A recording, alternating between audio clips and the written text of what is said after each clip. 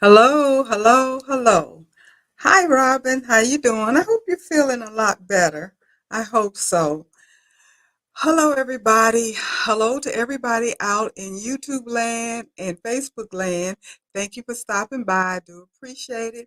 If you feel like it, come on in. Tonight is going to be a demo night, so you might be interested in seeing what I'm going to be doing tonight. I think you'll get a lot of good information out of it if you've ever been wanting to know how I do my jacket back. So come on in. Again, hello to Facebook, YouTube, and also hello to everybody that will be watching the replay. I do appreciate your support. Thank you so much for all that you do. Thank you for subscribing, thumbs up, notification, all of that. I do appreciate it. It helps the channel so much. So, like I said, come on into the chat if you want to, because we're going to be having some good information and a lot of conversation and hopefully some fun along the line. So, hi, Marina, Jenny, and Val. How are you? Good evening. And Becky, just come on in. Uh, let's see what Marina say. Oh, yeah, hoping that Robin is feeling better. Do hope so. I know how I was at the doctor's office today, routine, nothing going on, just routine checkups and routine complaints about my aches and pains. That's about all. Not a whole lot they could do about it. As they say, it is that degenerative osteoarthritis throughout my body. So it's not a whole lot can be done about that. But I tell you. Hello, Blue Skies Morning. How are you? Thank you for stopping by. Have we met? And you said thank you for sharing your talent and time with us. We appreciate you so very much. So apparently you have been watching. So thank you. I do appreciate it. And if you've been in and I've forgotten, just forgive me because I tell you, I can't remember everybody. I try hard to remember and recognize names, but sometimes they tend to elude me at times. You get to a point where that happens. Yes, and Becky is saying glad that Marina's here. She's been missed a whole lot. Um, and I hope that you'll be able to come and join us on the sew along soon. We haven't come up with our next project yet, but just a early announcement is that we will be doing our reveal next week on the 1st on our upcycles, our repurposed jeans. We are making or have made purses from old jeans. And so there are some really cute purses out there. I tell you, it's a lot of creative people in our sew along. So you're gonna really enjoy the show next Tuesday. And while I'm just waiting for a few more people to stop in, I just was reminded watching a little news that Tuesday is the vice president's debate, and I don't even know what time it's supposed to come on. I just know it's supposed to be next Tuesday. So I just need to know if you guys are going to be watching it or what. If you want me to do a 1 hour like I did the Tuesday when it was the presidential debate or not, let me know. It doesn't matter to me because I don't know if I'm that interested in looking at the vice president debate, but we can talk about it. Hi, Betty. How you doing? Thank you for stopping by. I do appreciate it. Hi, Carol. How are you? Hi, Joanna. How are you? Yes, it's been a while since you've been here. I'm so glad that you were able to stop by tonight. And I hope that we're going to get a few more extra people in here tonight because, like I said, I will be doing the demo on my jean jacket. And let me get this thing. Okay. What happened? Da, da, da, da, da. Mm. Well, you might see something a little strange on here. Don't worry about it because I thought I had it all set up and apparently I didn't. So I got to go in here and grab this thing. Oh, this makes me mad. I am so sorry. I don't even know what file it is. That is terrible. I put it in here and it did not stay. Hmm, that is interesting. That is interesting. So I got to go and please excuse me for messing around. If you can see all of this craziness, excuse that because I have to get this video that I was going to share that I thought I had already set up. I should have checked it, but I didn't. So that's my bad. Sorry about that. Sorry about that. I put it up there and some kind of way it disappeared. Oh Lordy, where is it?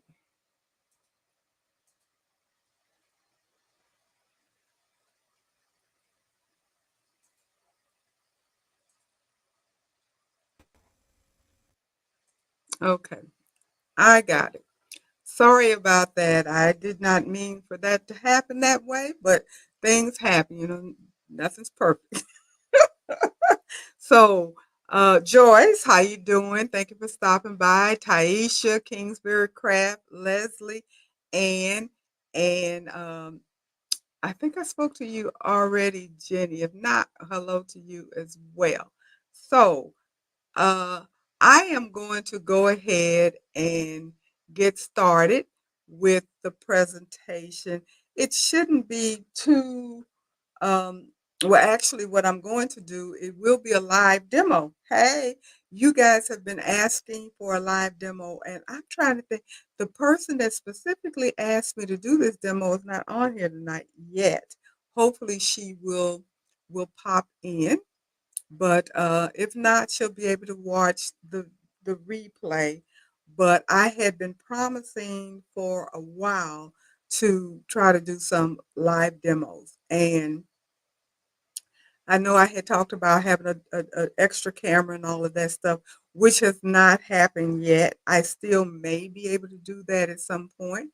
Um, in the near future, but right now I'm going to do a little jiggling around with my webcam. So you guys kind of forgive me for moving things around because I got to show you what's going on as far as hooping my jacket, and then I'll take it to the back where you may already see where I have my table set up. Let me go over here up on my machine for my jacket. So I have the machine all set up and ready to go.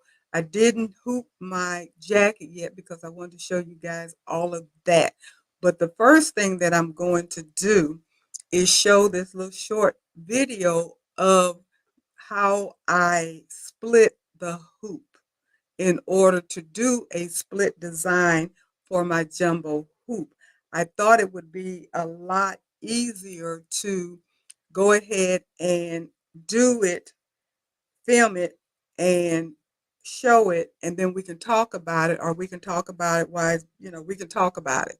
So if you have any questions, and then once I answer all the questions and stuff, then I'll move to the next phase and show you the actual setting up and doing the jacket back. And then you say you need to see that.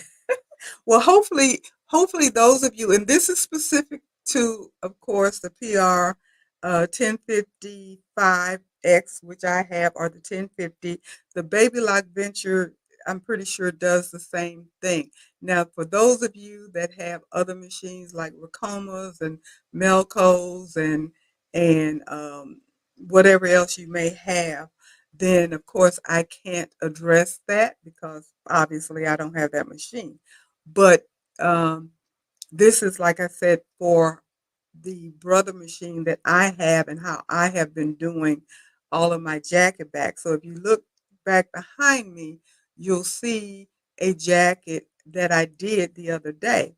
And actually, that's the jacket that I got out of the Goodwill, which is what I had planned to use tonight for my demo. But I decided I was going to do my demo for myself. I said, let me make sure I got all the things going on the way it's supposed to go on. And I remember exactly how to do it and everything. And it turns out fine because I've not done a jacket back in a little bit. So I decided that I was going to go ahead and stitch out on that jacket first because if something went awry, it would be on a $9 jacket. But I have to tell you, on further examination of that particular jacket, it looks like it was kind of like well, I'm not going to necessarily say a designer jacket, but brand new jacket. There's nothing wrong with it. And I looked it up, and they were selling that jacket used on Poshmark, and I was like, okay, I got a bargain. But anyway, so I will be doing the jacket back on a jacket that I got out of off of Amazon because I said, well, if I mess it up, I can always buy another one. So no big deal. It wouldn't be that hard to replace. So let me see. Hi Pearl, how you doing? And Ann said your PRS does this too. Okay, great. Somebody was asking that question, I believe, last week. So it's good to know that. And what did you say, Marina? You said FYI, I received a brother survey asking me all sorts of questions about the PR1055X and what I'd like to see in the future. I think a new machine must be in the works. Well, that is wonderful. I didn't get no survey, but that's great. You know what? They have to do something because all of these other machines, like the Bernina that came out last year, their 16 needle machine, and then Melco Summit six is the new Melco machine that came out a couple of weeks ago that Angela Jasmina did an unboxing and a demo and everything on hers. And I just simply fell in love with that machine. I thought I was in love with the Bernina, but when I saw that Melco Summit, I was like, oh my goodness, I love that machine. That's all I have to say. I want to see it. I want to touch it. I want to just figure out what kind of machine and then figure out how I can get one. So I am going to go ahead now and put this video up. It's just a little short demo showing you how to do the splitting of the hoop. And if anybody already knows how to do that in Embrilliance, that's fine. We can talk about it. If you don't know how to do it in Embrilliance, that's fine as well. We can talk about it. So here we go.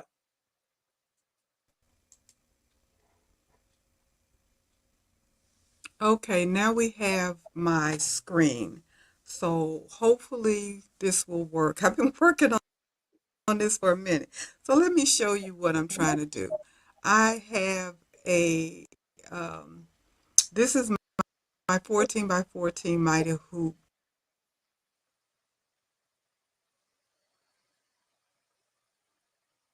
Oh, what happened?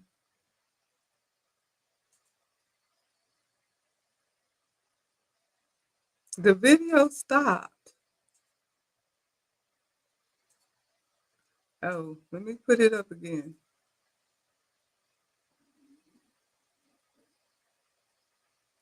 I'm gonna try this again. I don't know why it stopped.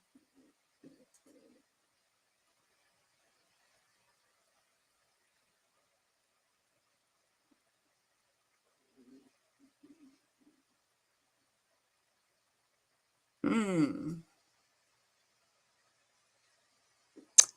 Can you guys hear me? Let me know if you can hear me because I'm trying to figure out what's in my Embrilliance, and I have the Embrilliance Enthusiast mod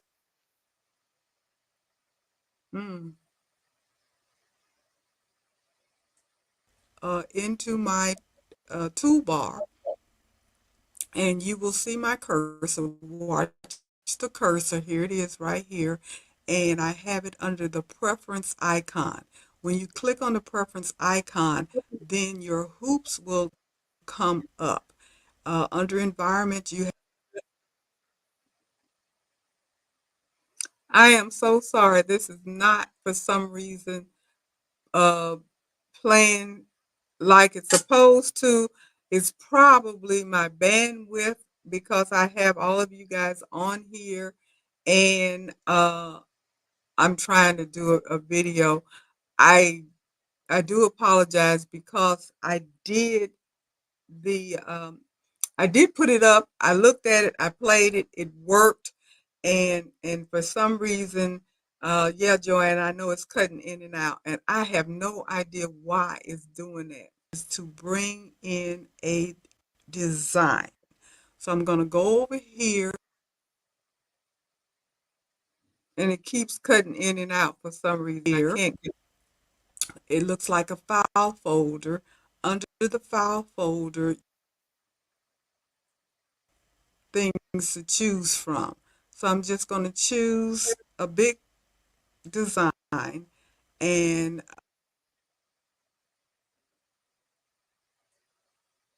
now I can make this design bigger by grabbing the handles and making it larger. Then I go over here, it looks like a,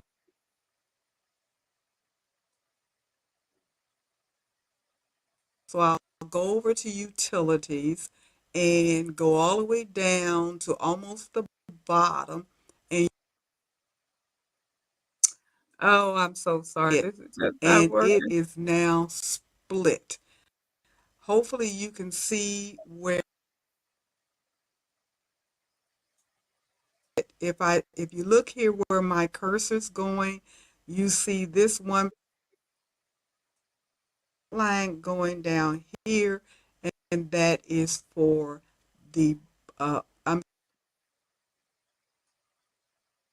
this is the top. If I go over to object, you will see here.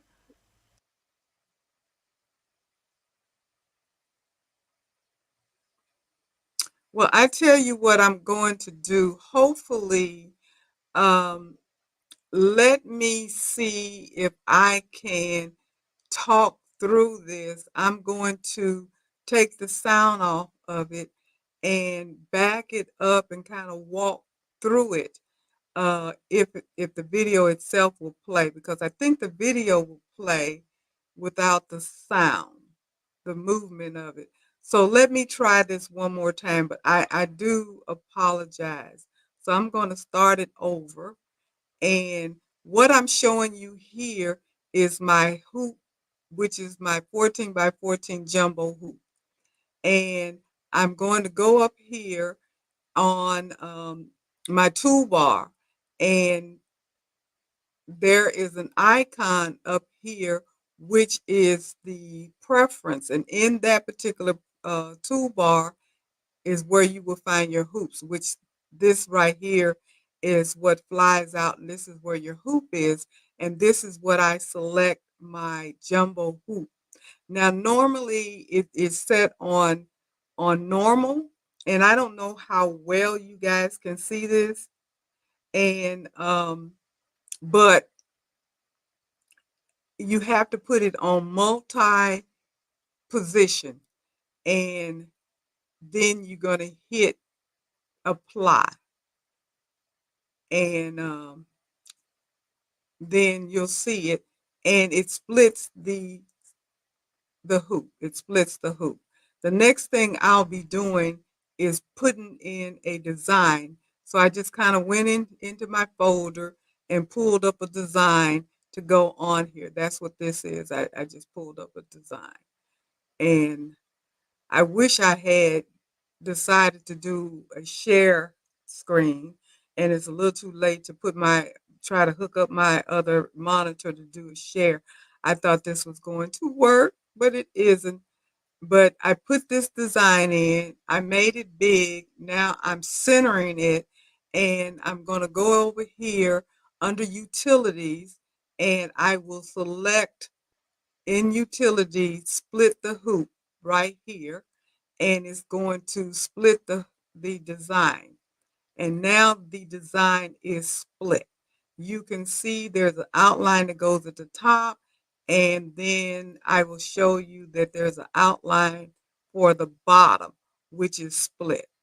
And over in the object screen, over here where you see this blue, there will be a top, and then there will be a bottom, which is down here. And then I'm also going to show you how it's split. If you try to print it out, this is just proof that it is split. So you see the bottom half here. I didn't print it out. I just wanted to show you that. And then let me see, go back just a little bit because I wanted to show you. Okay, there's the bottom. And then you should get the top. Okay, there it is. There's the top. So as you can see, this design has been split. So that's pretty much the essence of what I wanted to tell you guys about how to do it. And I am so sorry that it did not play like it was supposed to. But yes, Marina, I will post the video. Well, actually, it's going to be, yeah, I'll post it because when this plays, it's going to play like this. So I'll go ahead and post it in a different, I won't say a different format, but I'll put it on my channel. That's what I'll do. I will post it on my channel just like this live is going to be on there. There will be another video on there that I will show exactly how this is being done so you can see it. And hopefully I'll be able to do it without it cutting in and out and all of that. So I do want to apologize. I was so sure this was going to work. I wasn't thinking about bandwidth and all of that kind of stuff that would probably make it a little bit difficult for it to do all of these things. But I just wanted to show you exactly how I did it.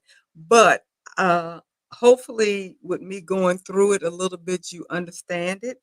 And then I'm going to show you even more information when we get back here to the back, which is going to be live. So you don't have to worry about it cutting in and out, hopefully. So now I am going to, let me see if has there been any questions. Everybody can hear me. Um, yeah, it always happens when stuff is live. And hi, Miss Mac, how you doing? Um, okay, Marina, you were saying when you did the survey with Brother, you said a bigger hoop size, a projector feature, uh, plus works with other hoops. Hopefully you meant that they would have, well, anyway, you did the survey, but I would love for Brother to have a bigger size hoop available, more needles. A projector would be wonderful, but that probably won't happen. And also, most importantly for me, the hoop size, as well as put the mighty hoop um, into the machine, not just their hoops, but the mighty hoops, the fast frames, all of that stuff. Just like if you look at the new Melco Summit and some other multi-needle machines that I've seen, they have programmed into the machine other hoops. They have the mighty hoop, and they have the Durkee fast frame, and they have the Hoop Tech hoops and clamps. So when you are putting your design up, it's going to recognize that hoop. Therefore, you have a less opportunity of having a mishap. And let me see, Marina, no worries. We appreciate you showing us and that, and so we can ask questions. And yeah, third party hoops incorporated.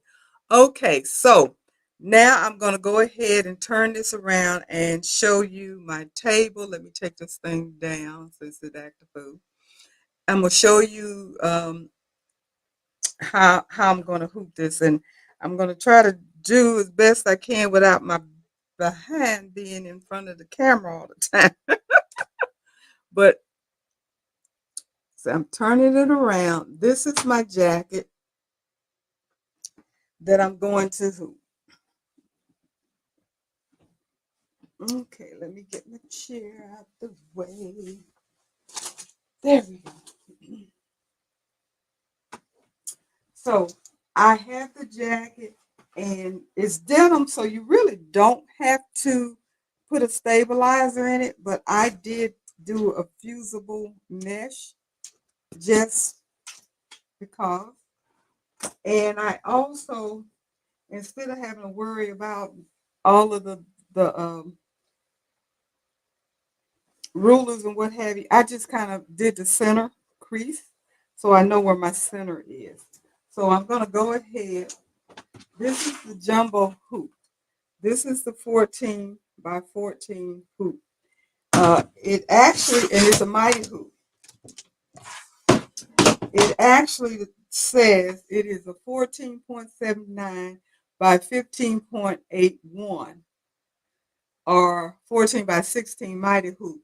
But, you know, it sells as a 14 by 14 because, of course, the Brother machine can't go any bigger than 14 by 14 anyway. So I don't have to do any kind of stabilizer or anything. So the only thing I got to do now is just get my jacket in here. So excuse me for being in front of the camera, but I'm going to get it positioned the way I want it.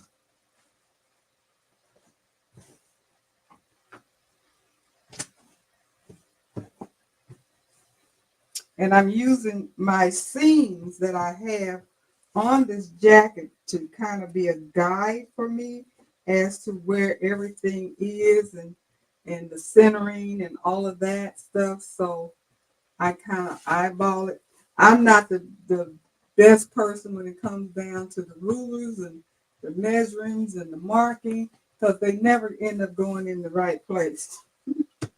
So now that I have it pretty much positioned, and like I said, it's already got a stabilizer on it. Now you don't have to worry about your warning sign because usually you always have your warning sign away from you. But as you can see, it's on both. I guess you can see it's on both ends. So you just kind of get it on here. And once I get it on here, of course, I'm going to have to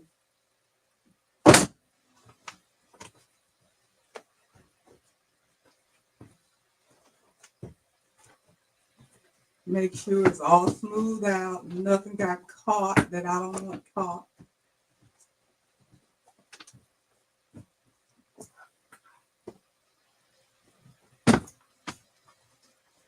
So I have my jacket hooped.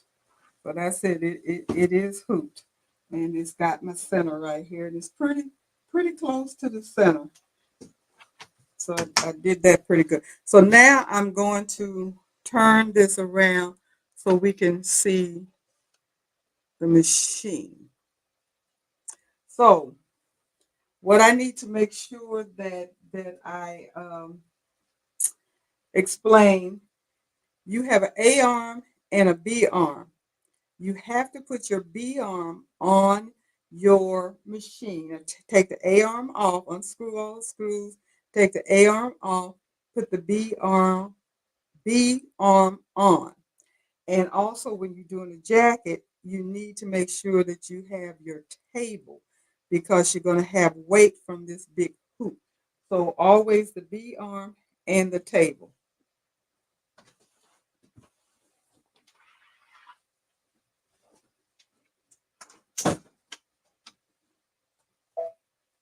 I have, you can't see it. I'm going to bring this up a little closer so you can see it once I get my my jacket attached. But here are the brackets right here. Now, I'll tell you how it's going to work once I get it attached, but you can see there's notches on both ends because you do flip your hoop. So let me go ahead and attach it.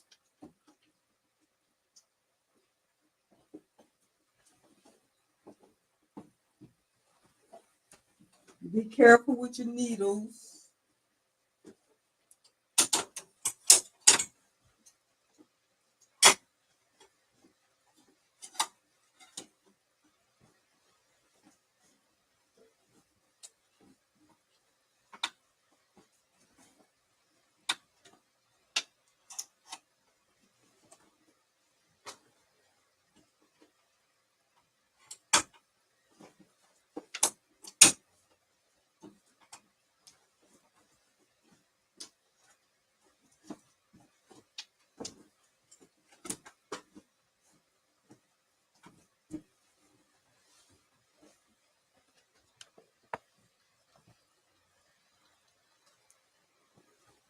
Can everybody see and hear me? Let me know. Felicia, how you doing? Does the split happen in the center of the design? I'll address that once I get this all hooked up. And okay, can everybody hear and see this? I want to make sure that part is taken care of, especially if you can hear me. Okay, you can hear me. So I have my jacket attached. Now I have on the machine, and let me bring this up a little closer so hopefully you can see it. I have my design. Now I'm going to go ahead and take it off so you can see what I did. I selected my design.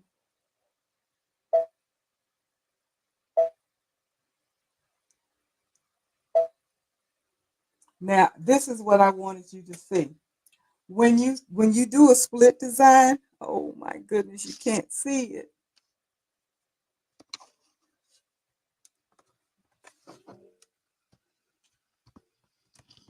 Can you see it? You can't see it. Oh, I'm so sorry. I thought you'd be able to see the screen, but it's the light. Let me see. I don't know how to get rid of the light. But anyway, let me explain. When you do a split design, you're going to have three designs that are going to show up. You're going to have at the top, you're going to have the design that's not split, and then you're going to have at the bottom two designs. You're going to have a top design and a bottom design. This is the bottom design.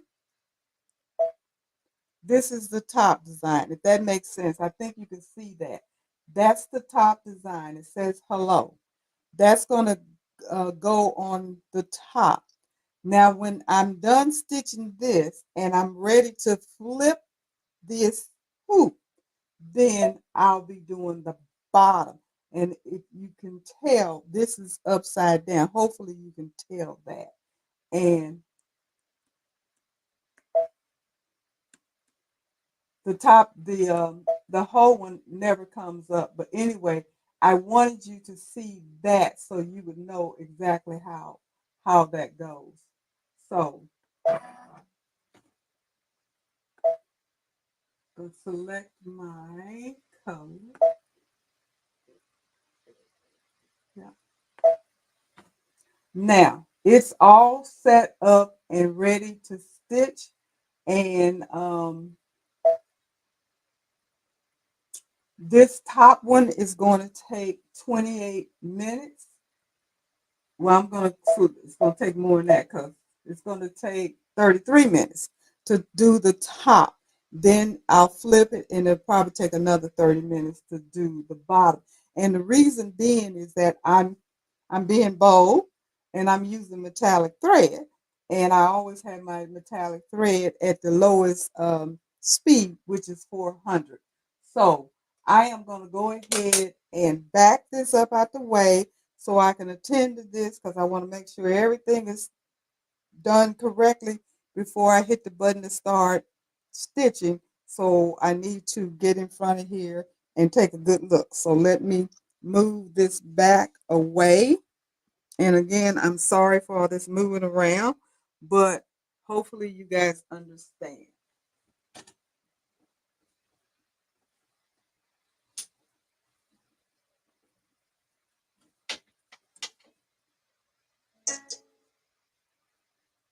Now, I still trace regardless. I still always trace. So that's the first thing that's what I'm getting ready to do now.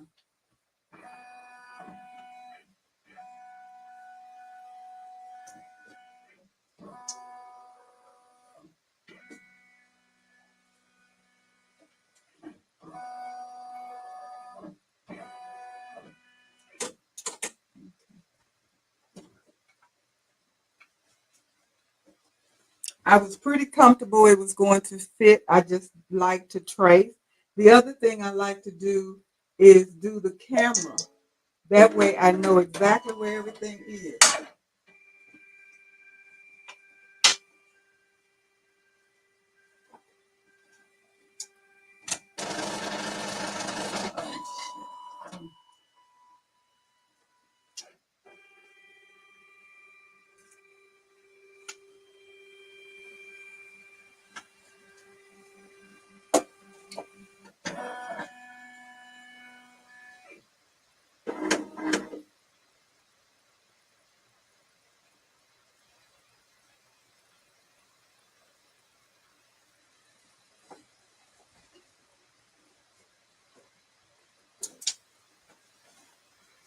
Now I don't know if you guys heard it, but I think my jacket got caught some kind of way, and the machine kind of, you know how it does this little crazy stuff when something is in the way.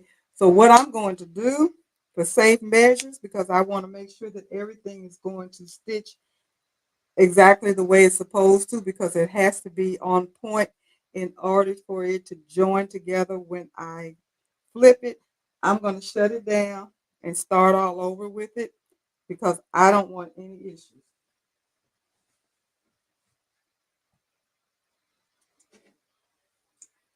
Now, I don't know if you guys do that or not when you have an issue with the machine, like if you do your tracing and a sleeve gets caught in the way or something, the collar gets caught in the way, and the machine kind of shakes a little bit because it can't move the way it's supposed to, your machine can get off register that way. So the best way that I have found to be able to not have that be an issue is to shut it down and let it recalibrate. So I know it is exactly the way it's supposed to be. And Joanna, you said you heard the noise. Yeah. So I start all over. I don't go from there on because, especially with a split hoop, it has to be perfect or they won't join up perfectly. Then you'll have a messed up design. And trust and believe me, I've had that happen to me even when it doesn't get caught. So I definitely don't want that to happen now. So I'm going to go ahead, turn it back on, and start it all over again. So uh, talk among yourselves until I get all this stuff taken care of.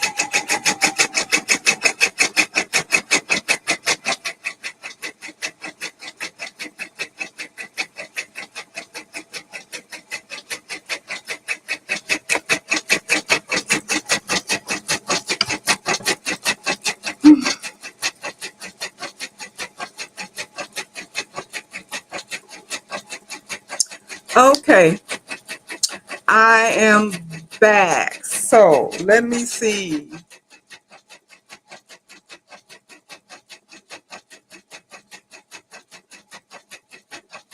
Hey Danielle, how you doing? Okay.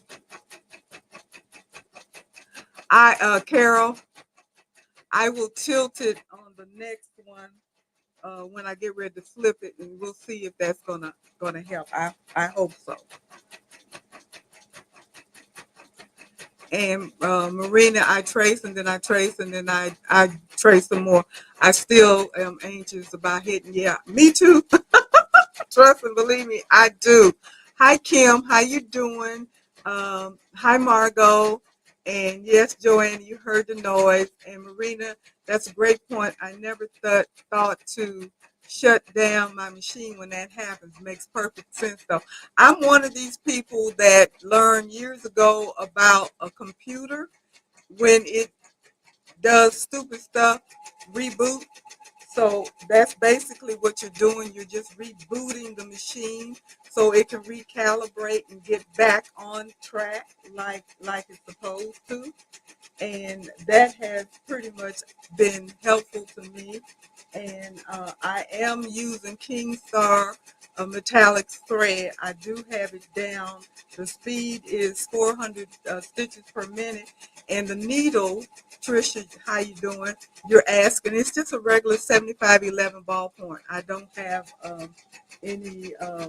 I do have a metallic, and I didn't even think about it. It didn't even dawn on me to put my metallic needle in. But what I have found with Kingstar, it doesn't really have to be a metallic needle. I have used Kingstar metallic thread many times without changing the needle, but it is a good idea. And I do have some metallic needles for metallic thread. It just didn't dawn on me to do that.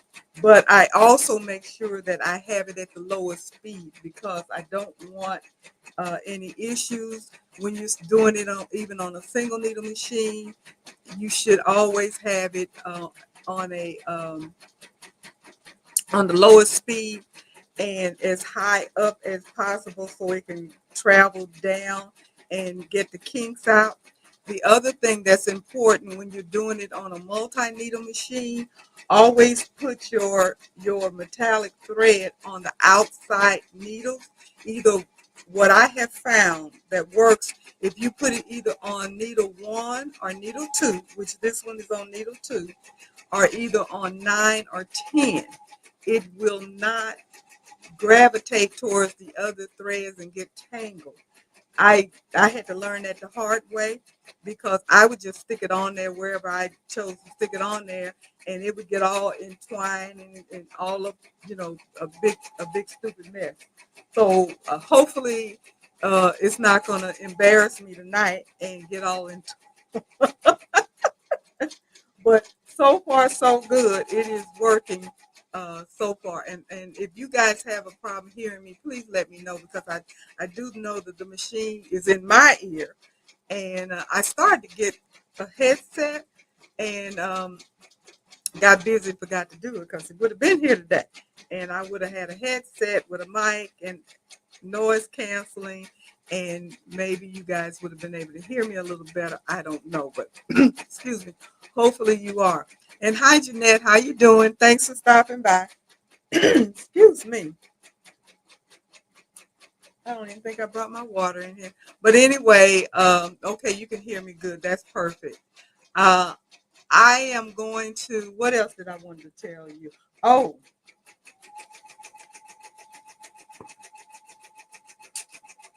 when I get ready to flip it, you'll have to use a snowman. That's the other thing. You'll have to use a snowman. And it will tell you, and I am hopefully, when I get ready to do something on the LCD panel, again, I'm going to take your advice, Carol, and hopefully tilt the screen and you'll be able to see it because it's important. The whole purpose of doing this demo is so you can see everything, and hopefully that will alleviate the problem with not being able to see the screen. So it is so far stitching pretty good. And Jeanette, you say you love using the snowman feature. It is awesome. However, with this particular process with the jumbo hoop, you don't have an option. You have to use it. I don't know if you've done any other projects where it is a requirement. I have a video where I'm doing the connect. I'm connecting the designs on a table runner, and you have to have the snowman in order to get your stitches to match up. That's one of the most important things, and that's what I have used my snowman. Well, I won't say mostly for, because I do use it for placement a lot, but um, you have to use it when you're doing the jacket backs, pretty much is what I'm saying. That's how the process works. It requires you to do that. It will tell you that, excuse me, it will tell you when to do it and all of that. And Becky, you say you love the snowman as well. And Jeanette, you said now you have print out the templates with snowman on it in Embrilliance. Oh, okay. Yeah, you had mentioned that. I've not tried that. I haven't tried that. So that's a good idea. I'm gonna have to check with you and figure out how that works. I have plenty of snowmen because I don't use them that often, and also, which I'm sure most of you do know, they are reusable. You don't, you use it until they don't stick anymore. Just don't use it and pitch it just with one use. I will use mine at least 2, maybe 3 times, um, depending upon whether it's sticking or not. And Jeanette, you said you did a video on it. Okay, it's great because that's the way you don't have to buy the stickers when you run out. Yep, yep. If you can, and it works. If the machine recognizes it, that is absolutely wonderful. And Joanna, you say you love the snowman placement on the Embrilliance template too. Okay. And Jeanette, you now say you're a snowman addict. I heard that. It is very, very it is a very useful tool for our machines. So it's pretty much a lifesaver if you want to make sure that you get everything in the exact spot that you want it to be. So yes, that is a lifesaver. And I'm sitting, of course, as I always do. I babysit this machine, especially when I'm doing um, my using metallic thread, because it tends to break every once in a while. Now, what I have found with Kingstar, to be honest about it, out of all of the different um, metallic threads I've tried, I've done Floriani, I've done Madeira, I have used some of the threads that I've bought off of Amazon, metallic threads, and I have tons of different colors of metallic thread that I bought off of Amazon. They're really beautiful, have a lovely sheen to it and everything. And they're the small ones where you can use on your single needle machine, but they break. And the solution that I came up with was to put it on my threader and run it all the way up and through and out into the machine, and that helped it a whole lot. Um, You say I can't wait to you see you on Saturday. Nancy will be hanging with us. I pick her up from the airport tomorrow. You know what, Jeanette? I did not get in touch with you, but unfortunately, I'm not coming. I hate that so bad that I'm not coming. I will not be attending the expo this week. Some unexpected things came up, and I'm not going to be able to make it. So I am so disappointed because I was looking so much to hanging out with everybody and enjoying everybody and having a good time and meeting anybody new that was coming and all of that. And it just didn't happen. It just didn't happen. I'm so glad that I didn't sign up for any classes because I was hesitant. I had thought about signing up for classes, and I didn't do that because I couldn't really make up my mind what I really wanted to do. So I didn't sign up for any classes. So I'm glad of that because I didn't want to lose my money. Things work. There's a way of, God works in mysterious ways, I guess is the best thing because I didn't lose any money because, like I said, I didn't sign up for the classes and stuff because they're non-refundable. And that's just the way it is. And you thought I thought you were going to help Nancy to stop me from spending too much money. I'm going to miss you. I'm going to miss you guys too. I tell you, I'm really sick over it. But it took me a minute to accept the fact that I wasn't going. But like I said, something came up that I could not um, swing it where it was going to work out with the other situation that's going on.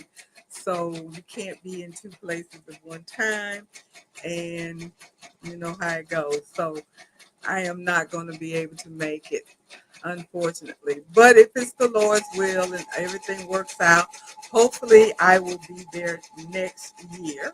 Like Robin was saying, maybe she'll be able to go next year as well.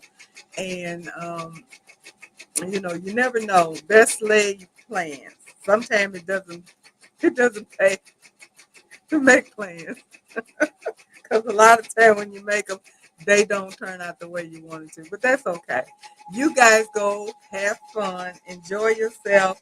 Come back and let me know all the good stuff that you saw, all the stuff that you bought, and all of the new exciting things that were there. And I hope it turns out to be a really, really good expo this year.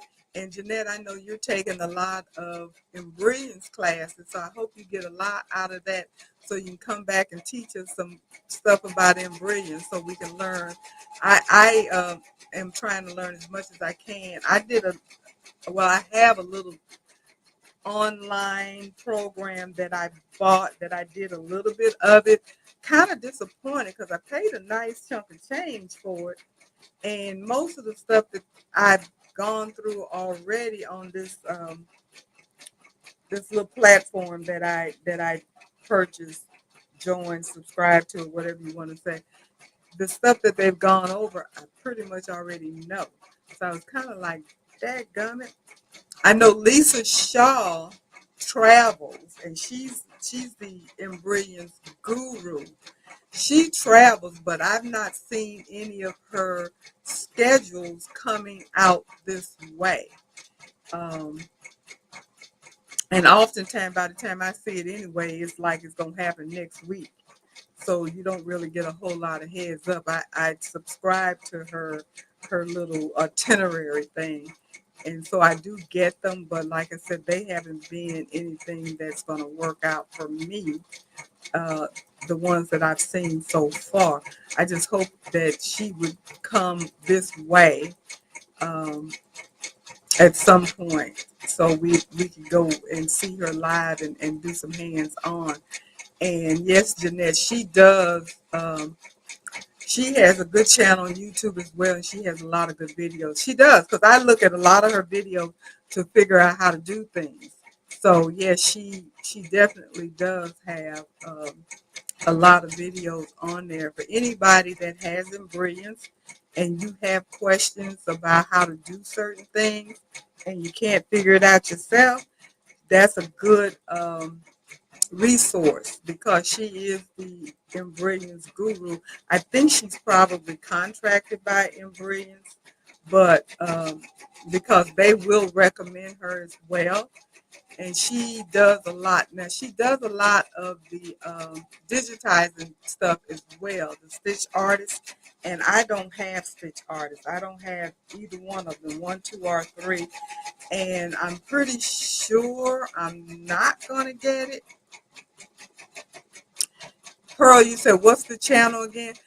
I don't know if there is a particular name. The person that we're referring to, her name is Lisa Shaw. Okay, it's Lisa Shaw and Brilliant. Okay, yeah, Lisa. That's pretty much what I was going to say, Jeanette. So if you just go on there and put in Lisa Shaw and Brilliant, she pops up and she has a whole litany of videos doing different types of things. And they're pretty quick and pretty short. Um, she goes through, I mean, you can go through and learn a lot from beginner to advanced. And like I was saying, she does go over the stitch artist a lot, talking about the things that you can do with the digitizing portion of Embrilliance, which are separate modules. For those of you that may not know this, Embrilliance sells their software in modules, and you can buy them one at a time, which is great because you don't have to shell out a whole big chunk of change at one time. You don't have to spend thousands of dollars to get it. Because Embrilliance Essential, the basic, the number one module is only $139. If you add Enthusiast, there's an additional $179, which I did. I have Embrilliance Essential, and I have Embrilliance Enthusiast, which is the module, which I forgot to tell you, that allows you to do knockdown stitches, and it allows you to do the split hoop. It is the Enthusiast module, which is the second module. The one that I said is $179. So you have to have those two modules, which are basically the only modules that I have. I have their patch module, which is Merrily. I have their thumbnailer. What else do I have? I think that's it. So I have Essential, I have Thumbnailer, Enthusiast, and Merrily. Just those four. And I can do any and everything I want to do. They have several other modules that you can buy. Um, Their digitizing modules are called Stitch Artists, and they have module 1, 2, and 3. And they're a little bit steeper in price. I think Stitch Artist 1 is like 300 some odd dollars, and then it goes up incrementally from there if you're interested in their digitizing portion. Uh, Okay, Pearl, I understand. It's the weather's crazy, but hopefully you can stay to see the end result. But if not, that's okay. Like you said, you can catch the replay, and yes, stay safe. Uh, And Jeanette, you say you love that they sell the software and modules because that way you buy what you need. Exactly. You buy what you need. You buy what you can afford when you can afford it. And as long as you get the essential, which is their first. So I'm looking, my light is flashing. I got to check. I don't know if it's my bobbin because my thread doesn't look broken. I don't think it's the bobbin either.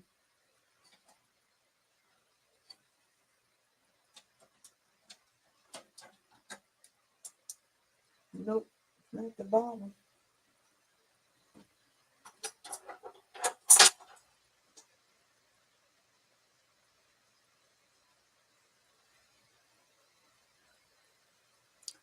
That's the only thing about using metallic thread. You do get, sometimes you can get some issue. I'm gonna check and see what it is. It's still attached. I don't know why it stopped.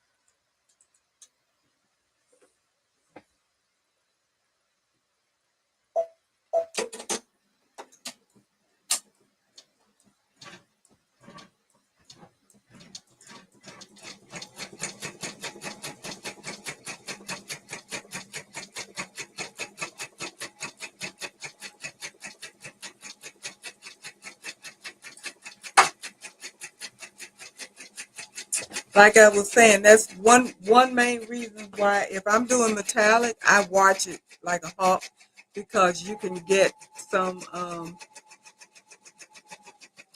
Sometimes you can have a little issue. It just got caught up there at the top, but it's fine. So it is doing its thing.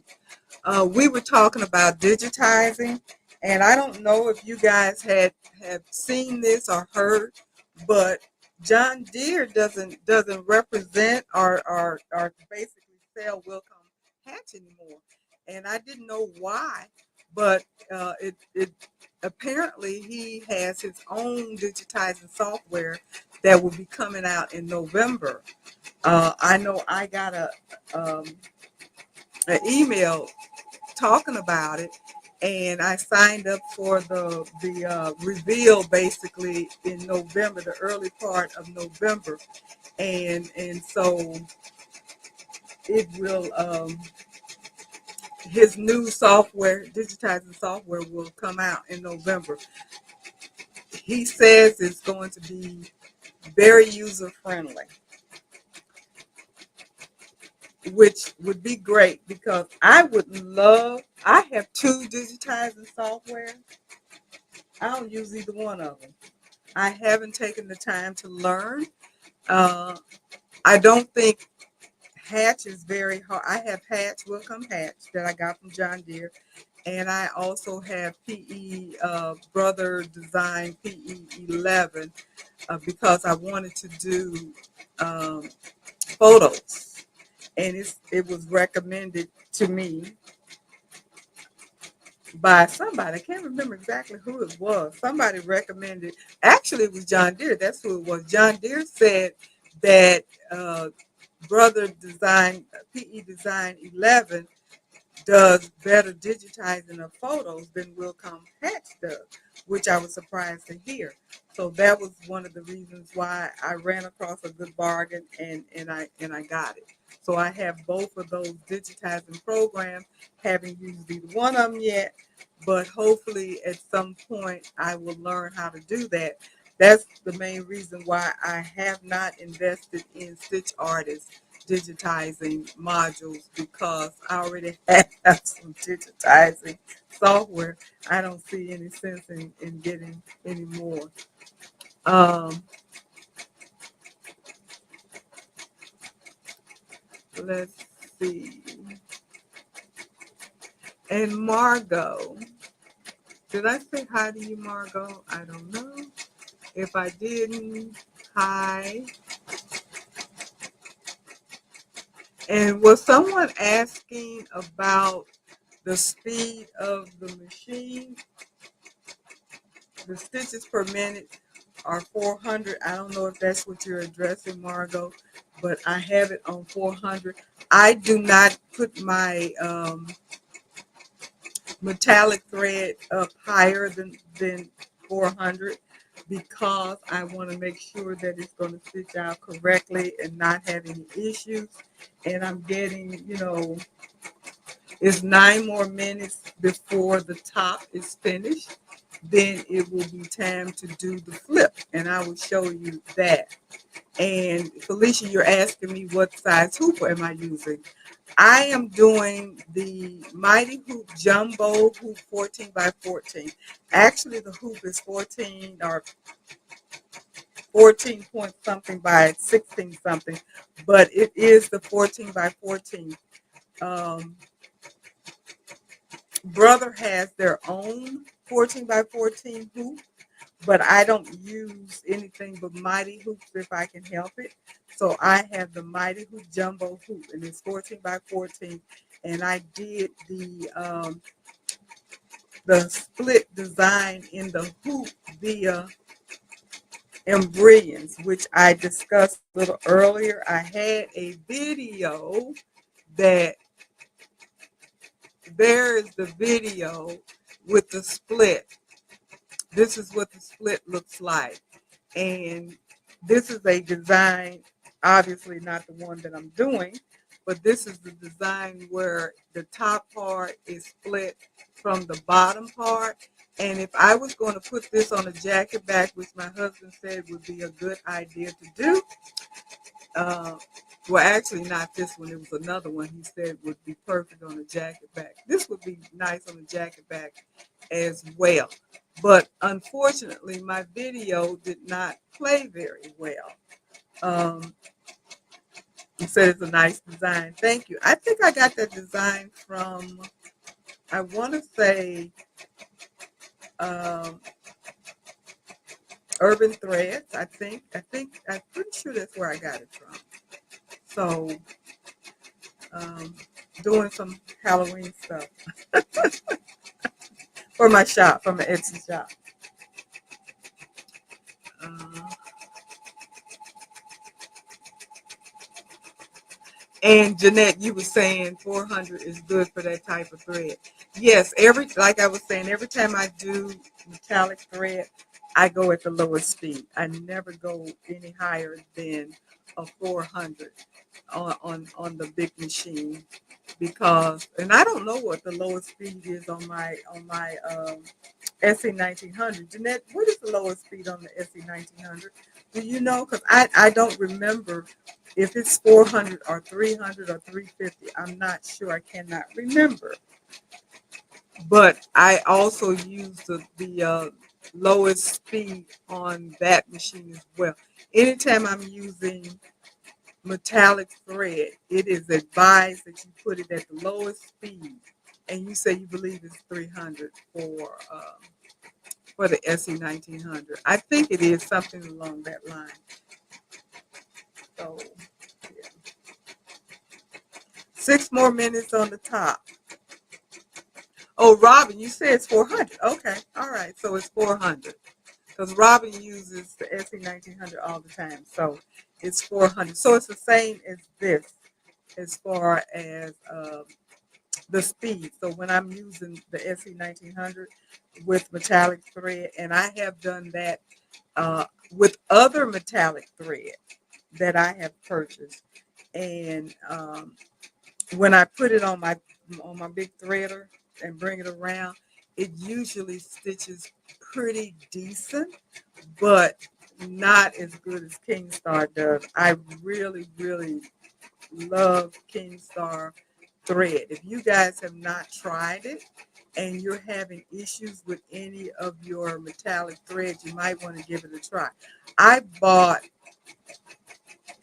some Floriani metallic thread, and their thread when I bought it was like $19 a spool, and the spool isn't as big as this particular Kingstar spool, and I used it because it's almost empty.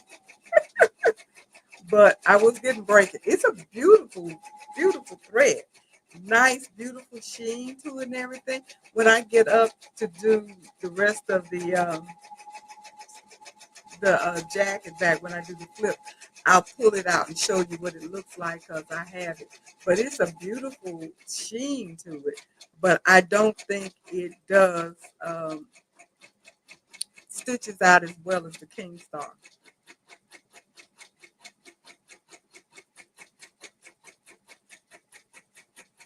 And Jeanette, you say you think the max is 650 for the SE 1900, and you think the max is faster on the SE 2000. I don't remember. You get old, girl, please. I got kids your age, child.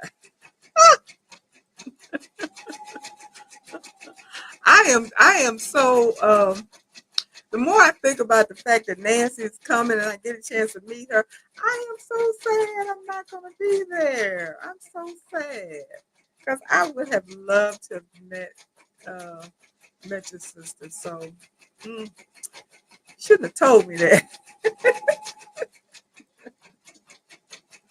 But it is what it is. Such is life. You know, life goes on and stuff happens. So it is what it is.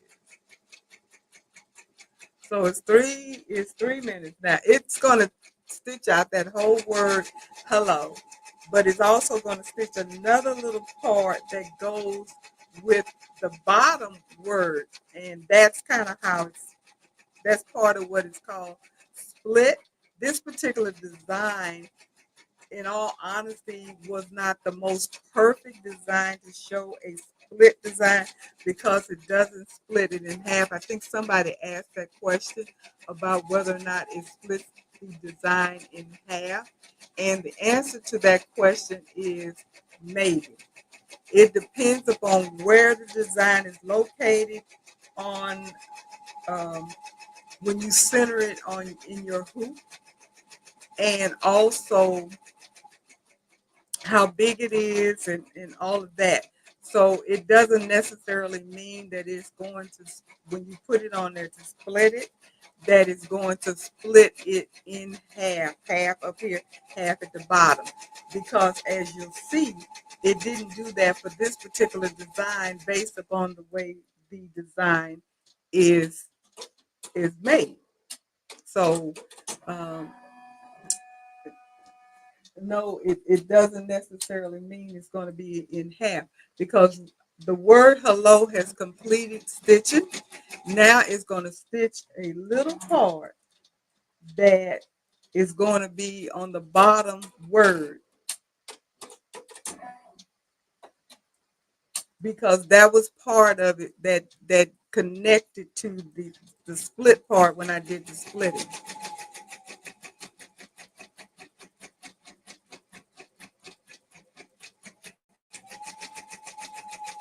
And Robin, you said actually the lowest speed for the SE 1900 is 350. She just looked at her machine. Okay. So I wasn't sure. Yeah, somewhere between 350. I hadn't done it in a while, so I could not remember. So it is 350. And I don't know what the highest speed is, but Robin says it's 350.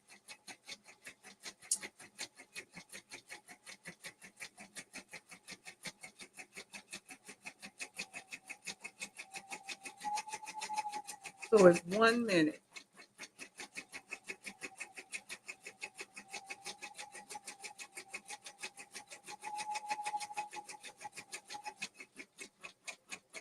And I'm going to try to tilt the LCD panel down so maybe you guys will be able to see it. I hope so because I really want to want you to be able to see the screen so I can show you what's going on.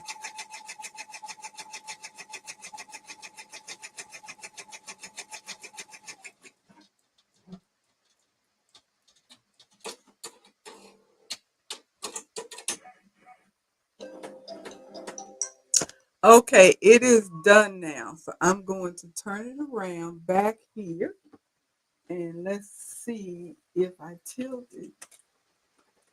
Oh, Lord.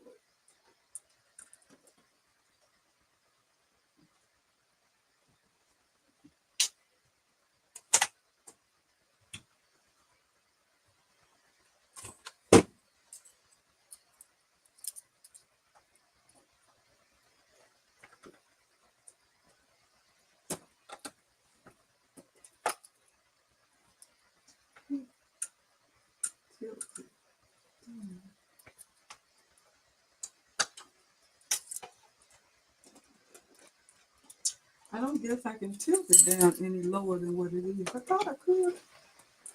I guess that's the lowest it's gonna go. That is as low as it's going to go.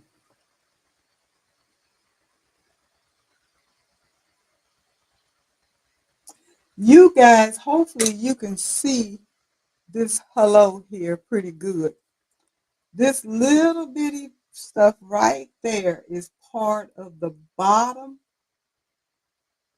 stitch. Now, I know you can't see it because I can't see it, unfortunately. And let me see.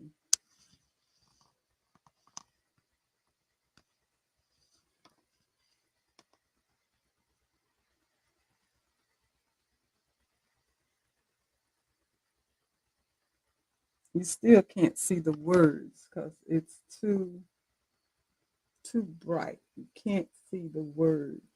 But down here it says embroider the next segment. You can see the question mark. Underneath the question mark it says embroider the next section and segment. And so down here you can do a cancel or you can do an okay. And of course I'm going to hit okay. So now you can see this has highlighted my jean jacket, and you see inside it tells me where I need to put my snowman. So can you guys see that? So that's the next thing that I have to do. It says, please set the positioning mark within the red line, then press OK. The machine will move after pressing OK with the key. So be sure you don't hit OK before you place your snowman. And, you got to play steady hand with getting the thing on the snowman. So I'm going to put this camera back on my laptop.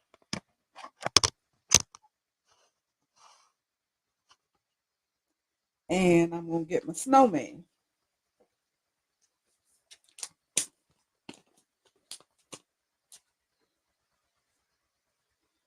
Now this is what I'm looking at, and I have to play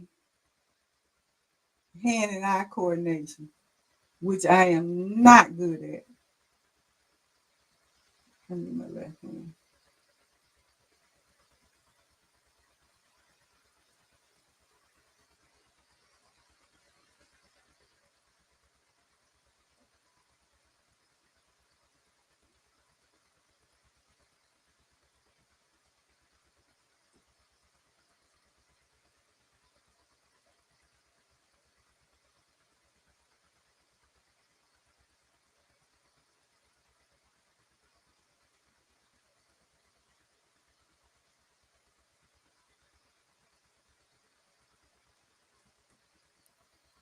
Okay. So hopefully you guys can see.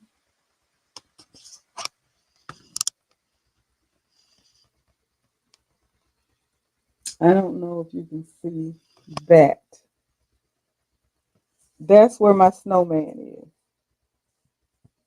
So I have my snowman down here. Now that the snowman is on there, then I hit OK. The machine is going to move, it's going to recognize it. Now, this is the part where you have your fingers crossed because you want it to recognize it. And now comes the fun part. This is when I flip the hoop.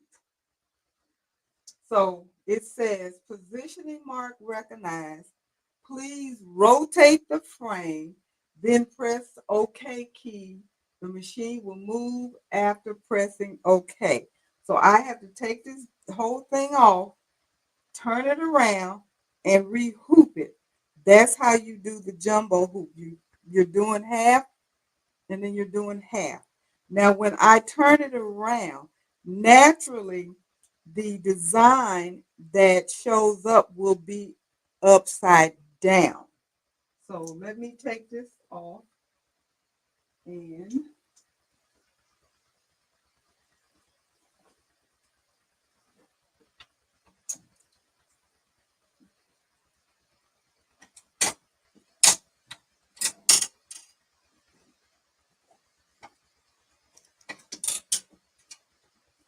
you got to be careful when you take it off because you don't want to just snatch the needles and stuff out the way. You just take it and turn it around and then you put it back on here. Opposite direction. So the brackets are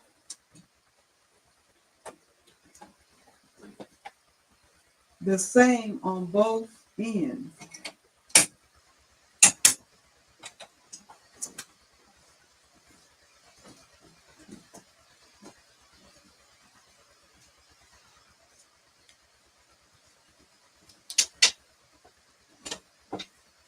So I have it flipped around. I don't know if you got a chance to see it or see me, but it's on here now. I flipped it around, and I have to tell you, doing these jackets sometimes can be painful because if it doesn't recognize it, I'll have to take it off, put it back on, and try to get it to recognize it again.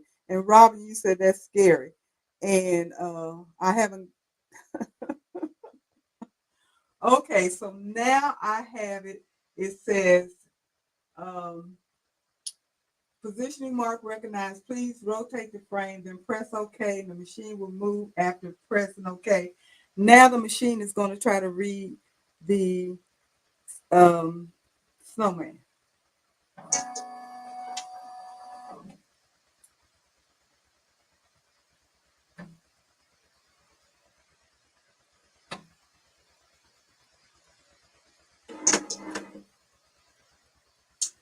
It said positioning mark recognized. Please remove the positioning mark, then select the next design. So what that means is it did recognize the snowman. Therefore, the next design should stitch perfectly where it's supposed to stitch and where it's supposed to connect. Now, it's only a couple of little small pieces that stitch that it has to connect to. And I don't know if I can show it to you. Well, I did. So now I hit OK.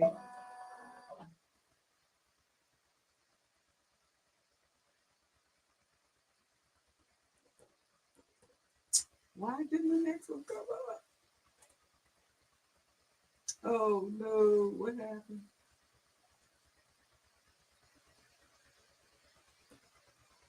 Mm.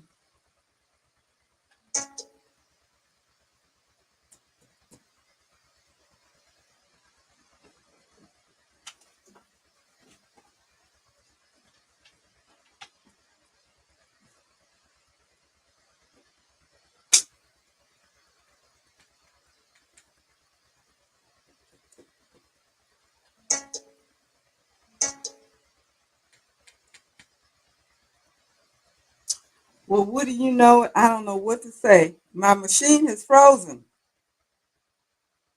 I have no idea. I've never had this happen before, but just hang in there. I'm gonna figure this out, and I should be okay. Hopefully, fingers crossed. But the only thing that I can think of doing because it won't do anything. It won't do anything. Is to shut it down, and hopefully it'll come back in the right spot. I'm hoping. Let's see if that worked. Yes, it froze. I have no idea what happened. I have absolutely no idea why the machine froze. That's weird to me.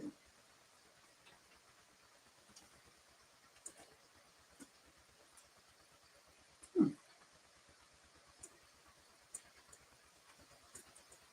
It literally will not work. Hmm.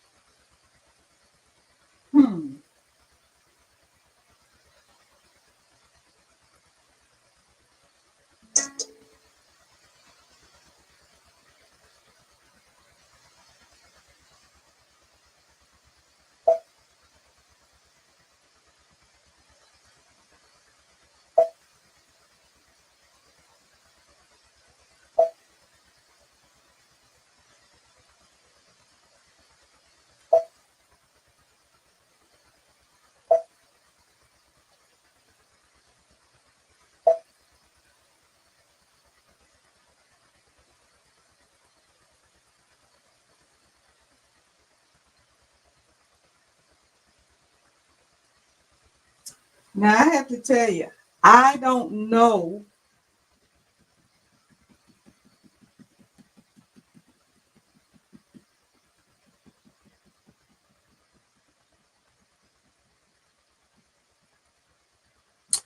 I don't know if this is going to get back into the right place. Carol, you said you had that happen not long ago and you turned it off for a couple of minutes. Yeah, but this went back. Yeah. Anyway,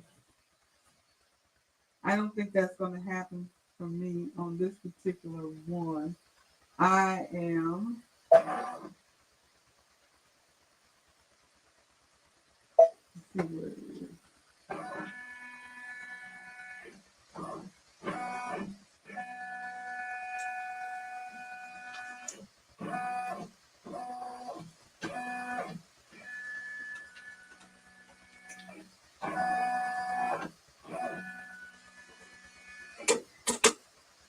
Mm.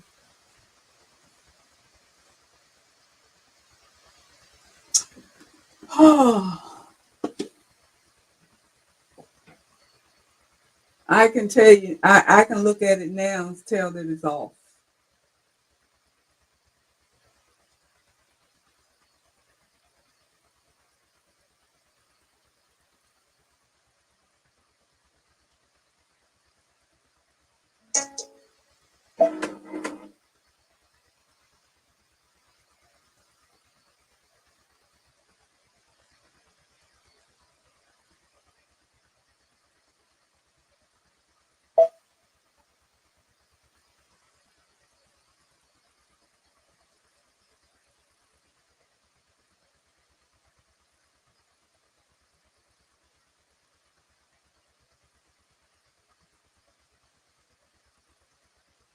It's not going to stitch where it's supposed to stitch.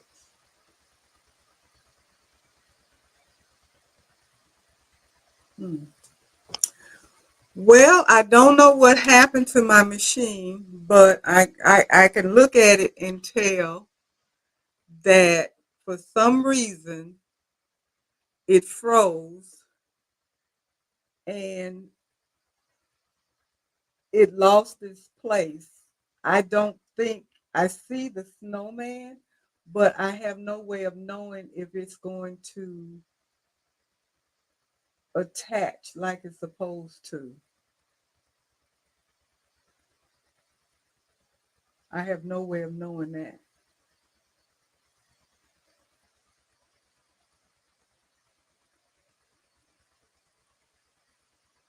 That makes me mad. Oh, I am so upset. See, these things happen.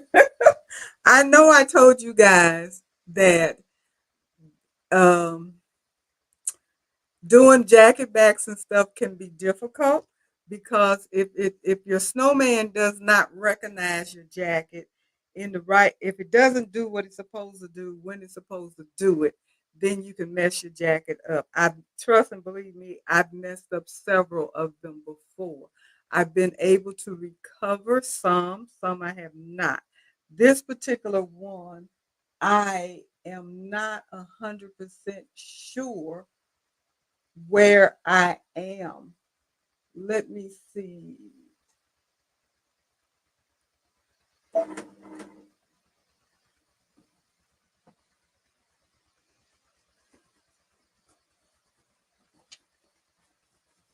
I'm going to do my camera. I'm going to do my camera and see if I can't try to join it. I think I might be able to. I've been able to do that before. So you guys bear with me. So what this is a learning process because great night for dealing with troubleshooting with our machine. Yeah, things happen. Things happen. And I am going to see what I can do. So you guys just bear with me. Like I said, have I'm gonna get my body out of your face. And you guys have a little conversation with yourself while I work on this and see what I can I don't know what it's like. See if I can't get this see if I can't get this fiasco corrected.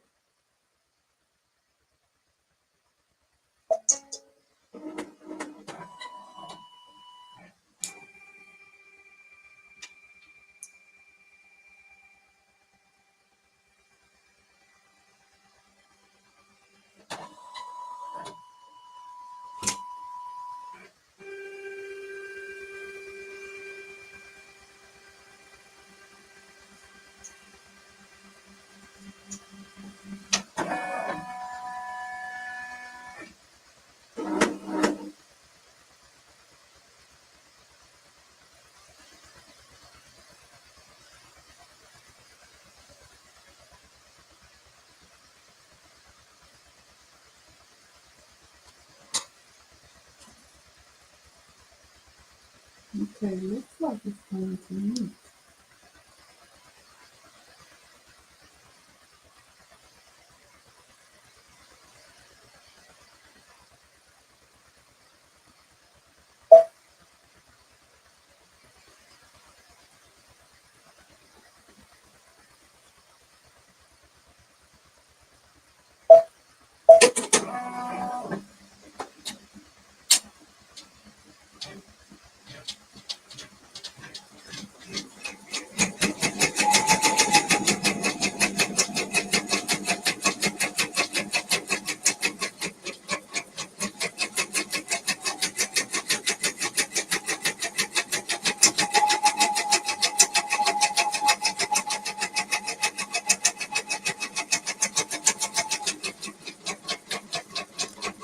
Well, hallelujah. It's going to work. It's going to work in the right spot.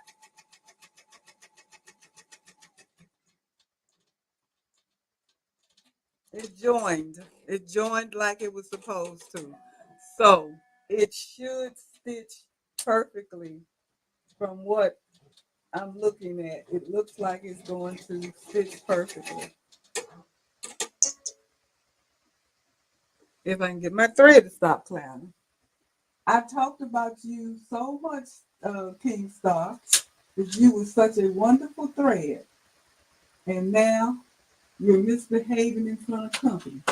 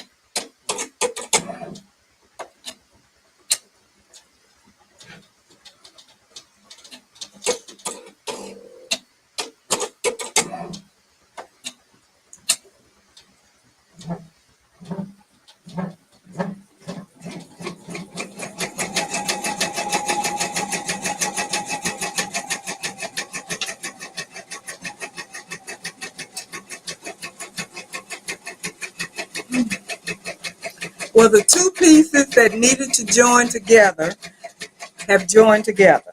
So it's going to, I did it. It's going to stitch out perfectly. So thank goodness, thank goodness, thank goodness. It was not a total disaster. And I have to tell you, I have been doing these jacket backs, just about every jacket I got something on it. So I have gone through trials and tribulations with this particular process. But hopefully you won't let what happened tonight stop anybody that wants to try it from trying it.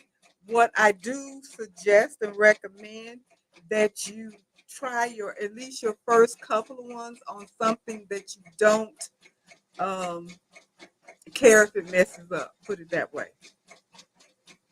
Now, the good thing about this particular design, it has large satin stitches, so it would not have been that difficult for me to be able to take it loose if I needed to.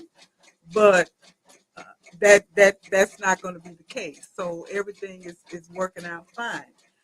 I've had, like I said, several jackets that have messed up on me, and I've had some where I had literally had the picture start all over again because the design was so woven tight in there I couldn't get it out. But this one looks like it's going to be okay as long as my thread doesn't clown on me.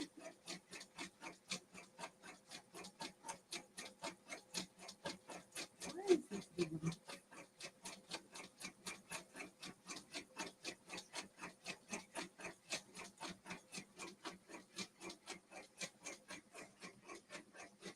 Oh,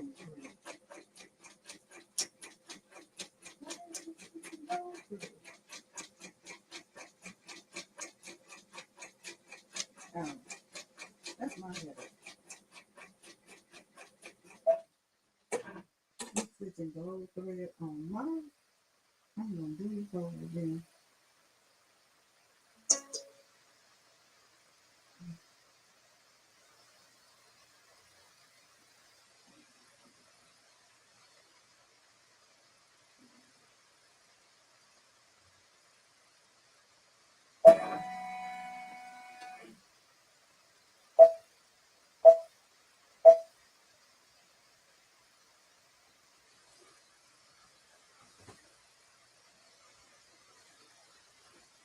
I just realized what I did. I didn't change my thread and stitching the wrong color. And I don't want it to stitch that color. So this is a jacket that I definitely want to keep. So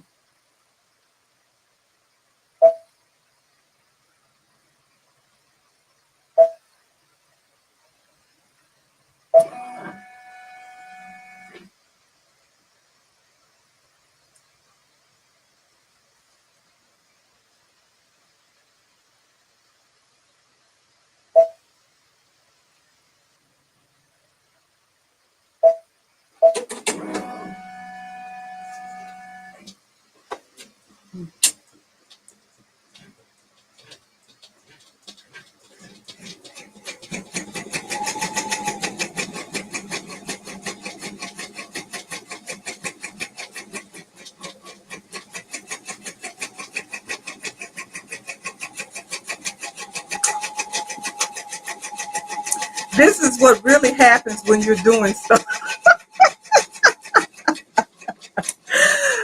This reminds me of watching my girl at Power Tools and Thread, and when she does her tutorials and stuff, she makes it seem like, and I know it's not done on purpose, but she makes it seem like everything she does is perfect. There's no mess up. There's none of that kind of stuff. I know she does have some mess up.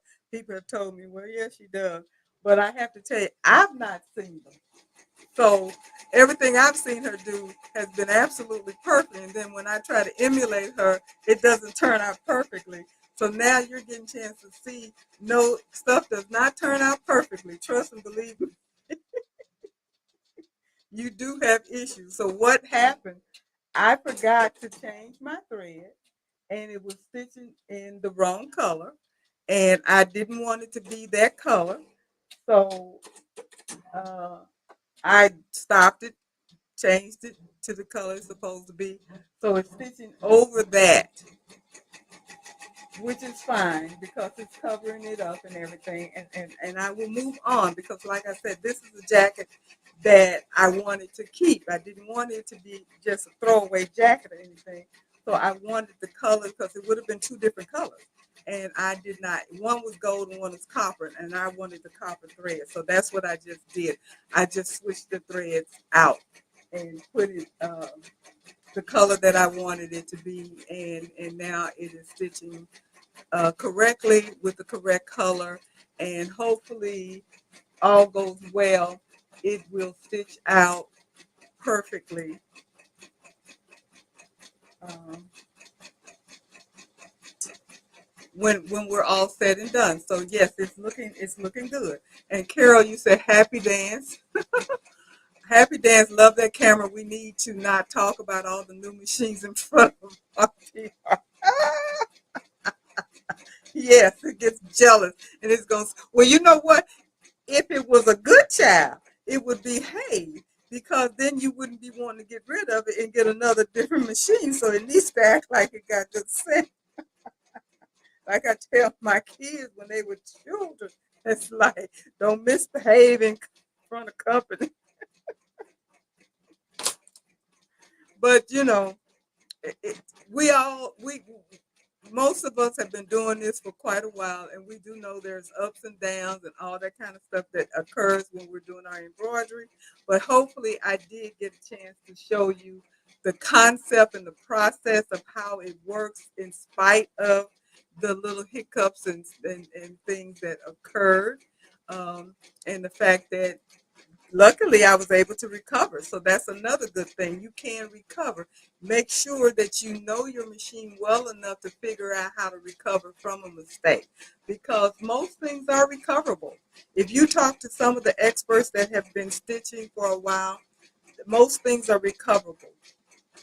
Matter of fact, at the expo this week, they have a class that says SOS embroidery or something like that, and they talk about some of the issues and problems or what have you about some of your embroidery projects. I don't know if anybody, I don't even know if that particular class is still open, but I looked at it, thought about it.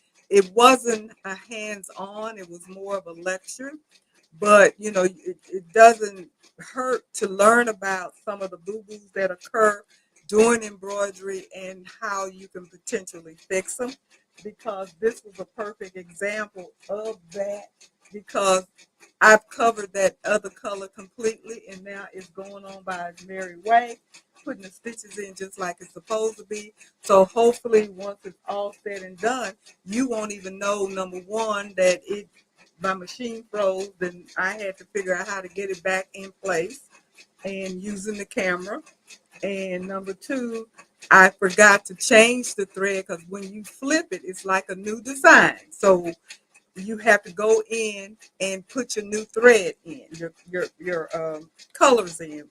If you flip your design, then you still have to go in and assign your colors. So don't forget that. This is a one color design. So for me, I needed to have gone in and selected the color that I was using. I forgot all about it. Didn't think about it because I was too busy trying to handle the other issue that occurred. And it wasn't until I looked down and I looked up and I saw that the gold metallic thread was moving. And I'm like, why is that thread moving? Because the light was shining on the design and I couldn't really tell the color until I looked at it, and then I looked over and I realized that is gold. So that's what made me realize I had a problem. I had to get up and fix that and change that, because I'm actually using my copper metallic thread. The other thing is, like I said, I'm sitting here babysitting it. When you have a jacket or anything that's big, blanket, quilt, whatever, and you have it on your table and it drapes over a little bit, pay attention to it, because you don't want it to get caught, whereas the machine can't move freely like it needs to, because it will make your design get off register. So you have to make sure everything is loose and moving.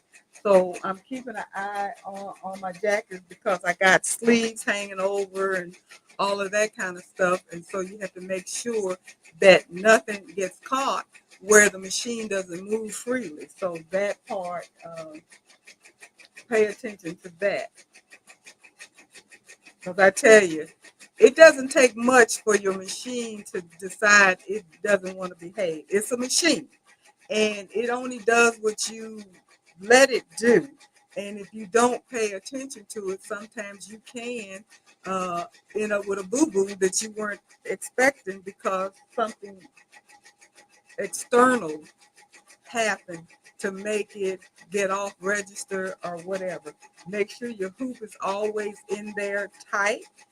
I remember when I very, very first started embroidering, and I was doing a jacket back. I was just that bold. I'm gonna do this beautiful butterfly that's in our machine on a jacket. This beautiful pink uh, denim jacket. I've not found a denim jacket that color since. So mad, and I love the color and everything. And I had stitched that butterfly almost completely. I mean, I don't think I had a good 30 minutes left. And I mean, that was a big butterfly, so it was quite a bit of time. Lots of different beautiful colors and everything. And then the error message came up and said I needed a bigger hoop. And I'm like, this is the biggest hoop that this machine will take. And I stitched this design almost done. And all of a sudden, you're telling me I needed a bigger hoop. And I didn't know any better. It was at night. I didn't even know who to call or if I could call somebody. So I was so disheartened. I took it off the machine and I unhooped it. And it was months later that I found out the only problem was my arm had gotten loose.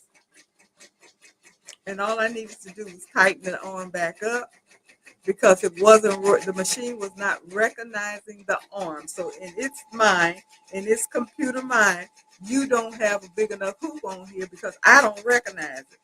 And all I needed to do, like I said, is tighten it up, and it would have been perfectly fine.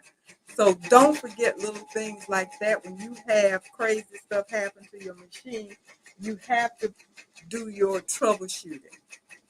And make sure you do all your troubleshooting before you unhook your project. You can take it off the machine if you want to, but definitely do not unhook it until you have tried everything possible to resolve the problem, because that way you can put it back on and it should start where it left off, and then you don't ruin your project. That was, I don't want to say expensive lesson because the jacket wasn't that expensive, but it was expensive to me because I loved the jacket. It was stitching out beautifully, and I've not found a jacket like that since. So that was a big disappointment to me. So,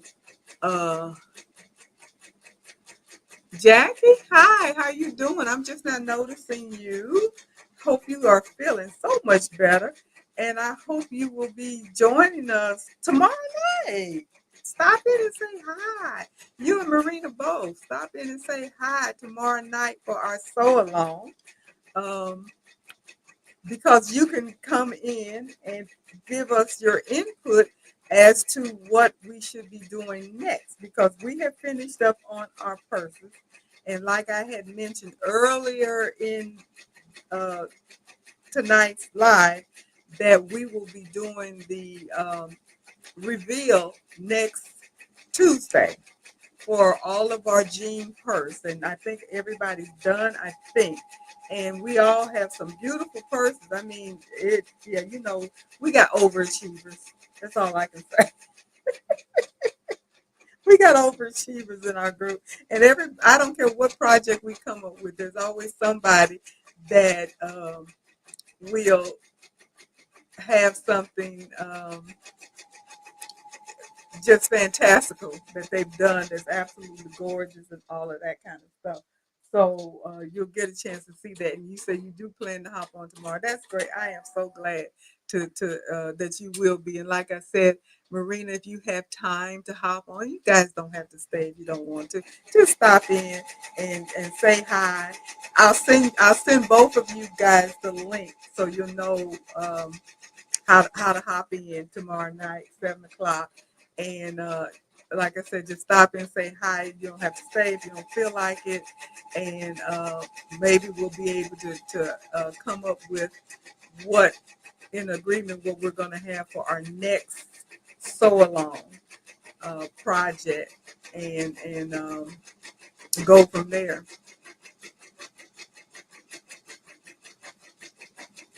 Oh, okay. So you're doing your physical therapy and stuff. Well, that's good. Hopefully everything gets better soon.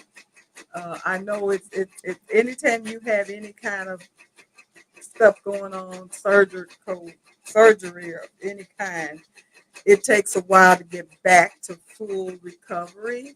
It definitely does take time for that, but just take your time and do your exercises, and hopefully everything will get back at as close to normal as possible. Um, but yeah, we'll be so excited to see both of you guys tomorrow night because I haven't seen either one of you guys in a while, and we are ready. We're coming up on our year. We're coming up on our year. Our year is the 11th of October. So what is that? A week away? 2 weeks away?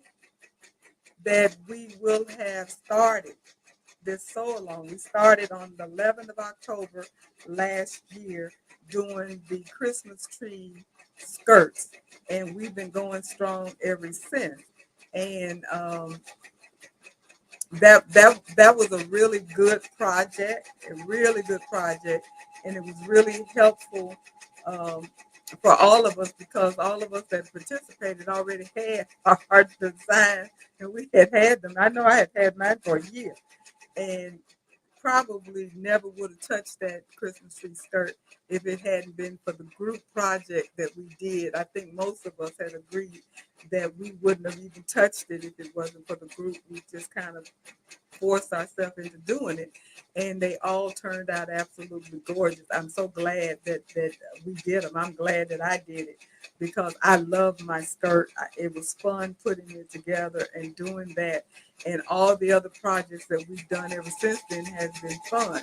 And like I say to everybody, we're open for more people to join us. There's no pressure. There's, maybe it's a good thing or a bad thing, I don't know, but we really don't have any tight. We don't have any restrictions and structures and stuff. You come, you go, you participate, you make it, you don't make it, you make something different. Whatever it is that floats your boat, that's what we do. But we do get stuff done, as you know, because we always do our reveal and show what we did. So, and most of us are doing stuff we've never done before. So it makes us learn how to do new things. Because I know I've never done a quilt before, now I have. I've never done a rope bow before, now I have. I've never done a Christmas tree skirt, now I have. Placemats and runners, all the stuff, the jean purse, all that stuff. I hadn't done any of those things before, and now I have. So I'm so glad to have done those things, plus glad to know that I can. That's the good thing about it. You find out what you actually can achieve. So it makes it fun that you can do that. So I don't know who all wants to hang until we're done. You can. If not, if you don't want to, you don't have to. Got about 30 more minutes to go.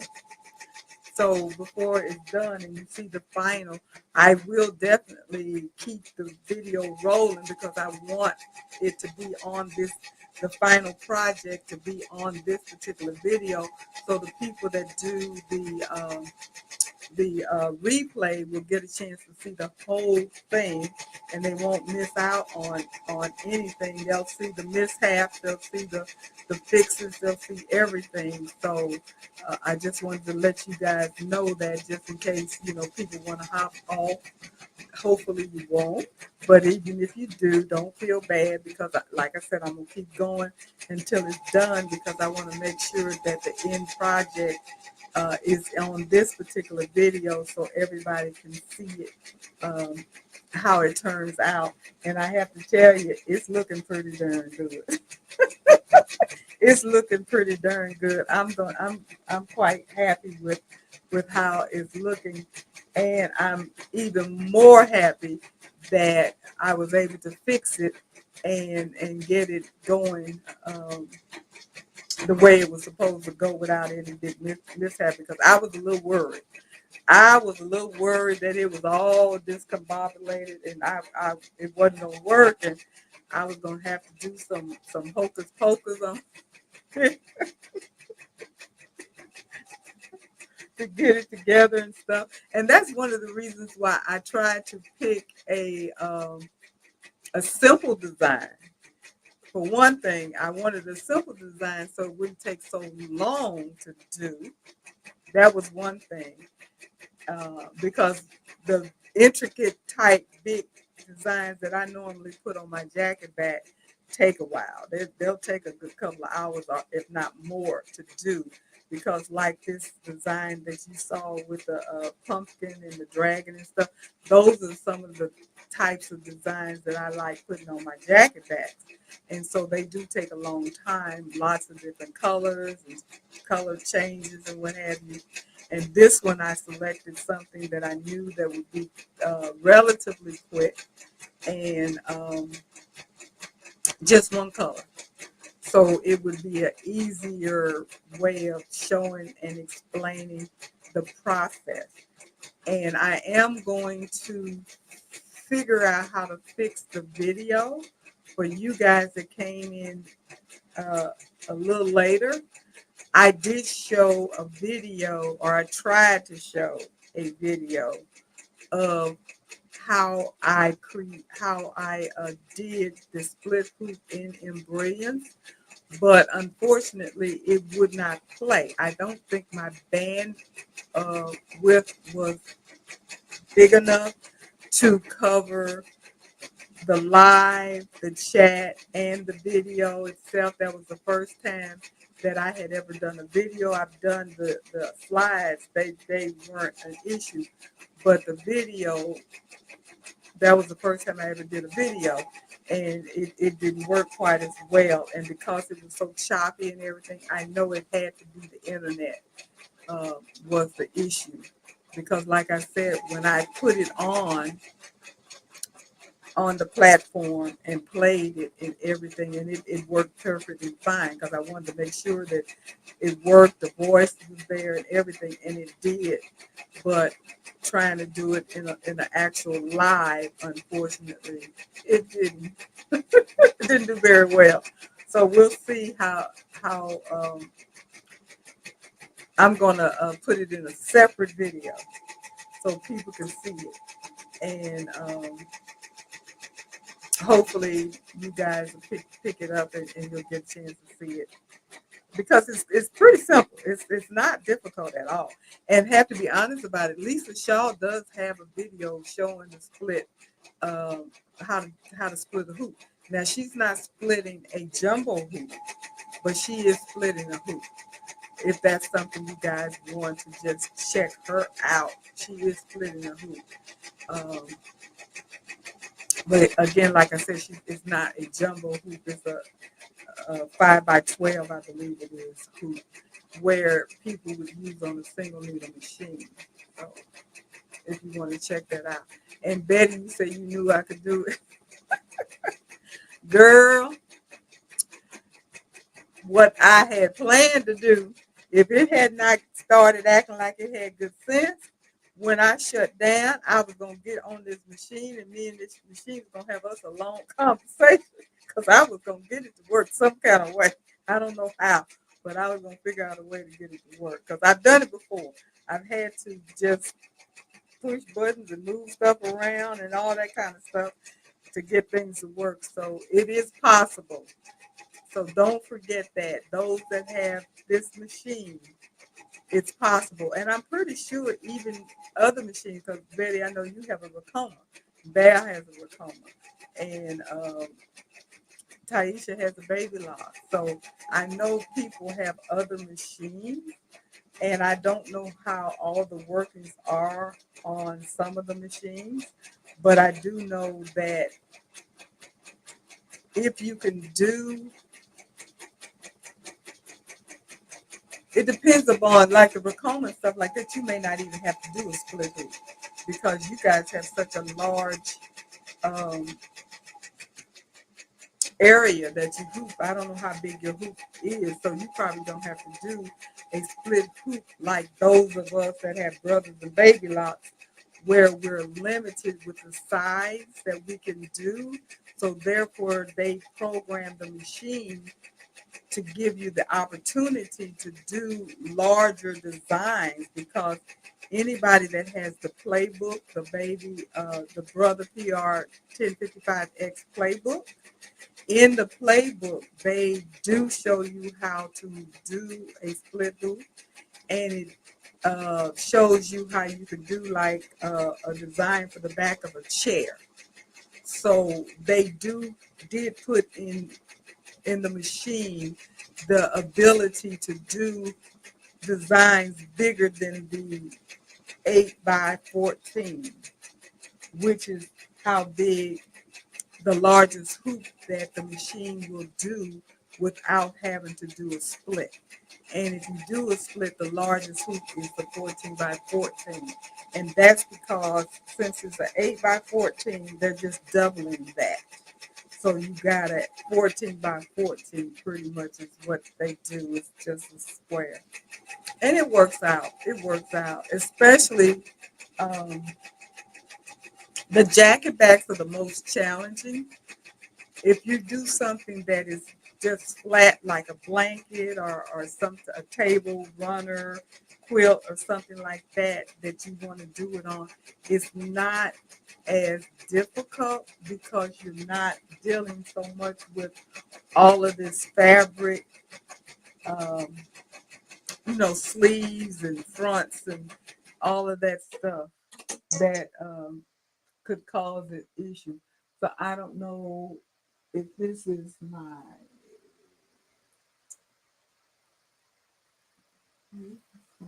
Must be the bobbin.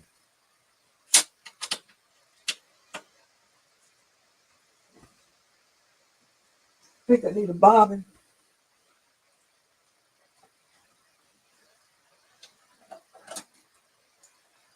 I don't need a bobbin.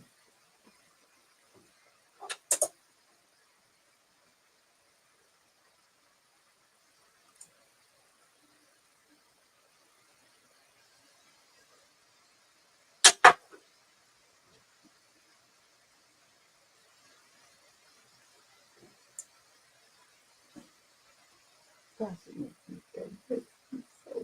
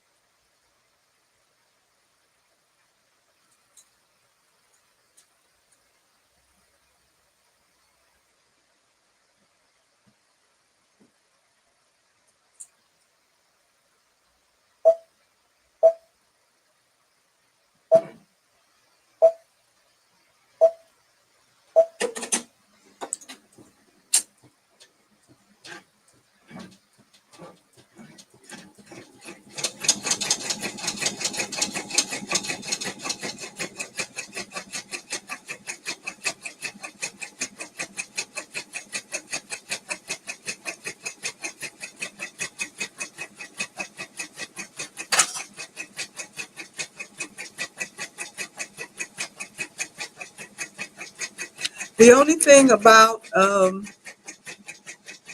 using metallic thread is that you have to keep in mind that you do have to go at a slow speed.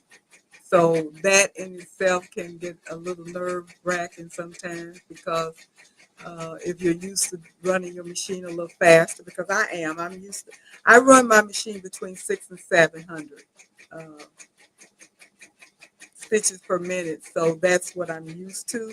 And then when I have to back it down to 400, sometimes that drives me a little batty because I was like, come on, let's get done with it and stuff like that. But that's the best way of doing any of your embroidery with metallic thread to make sure it stitches correctly.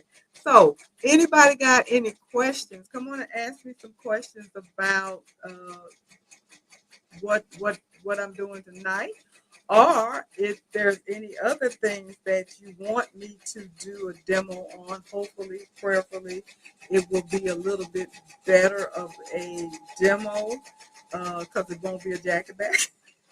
I'm not doing this anymore. It won't be a jacket back, but if there's something else.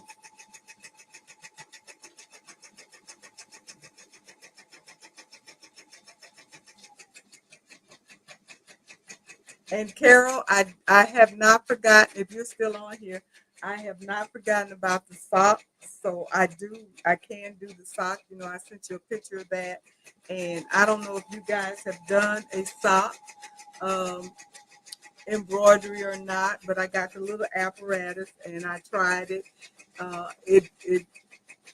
I'm going to do a little short demo. That's something that is quick and easy and not a big deal to do. What I did find is that doing it on a little bitty sock is a challenge, but doing it on an adult sock is not that big of a deal. But I was able to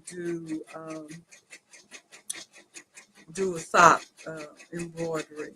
So Carol, if you're still interested and you're still on here, if you watch the replay or whatever, I will be more than happy to do that as well on another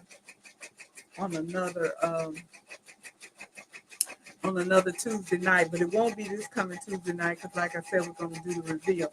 And the other thing that I had asked a question about next Tuesday is going to be, oh, Carol, you said yes, so you still on this. So I will do it because I hadn't forgotten you. Like I said, I sent you a picture, so you know I got it. I got it. So I'm going to show you how I did it. And it's not, has anybody bought the new Durkee hoops? Now, when you say new Durkee hoops, Marina, are you talking about the ones for the single needle machine? Because I know they have new hoops for the single needle machine.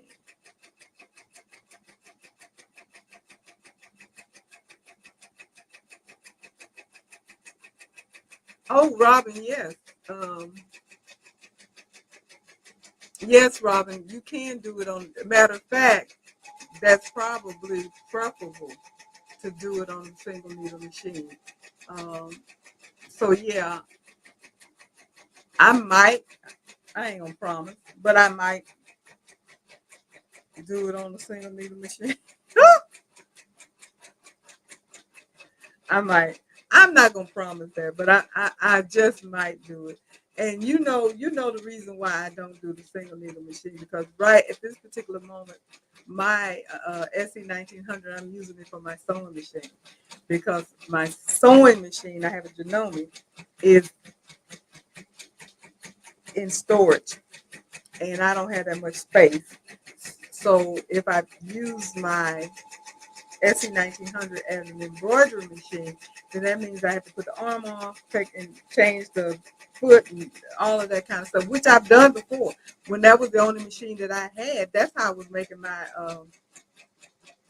mask because that's all I had. I was doing the embroidery on it and the sewing on it, and I was doing all of it on my single needle machine. So it was going on and coming off, going on and coming off. um, You said Dawn, which I'm sure is from Created Applique. The two hoops that Dawn did a video for, they are for the multi-needle and single needle.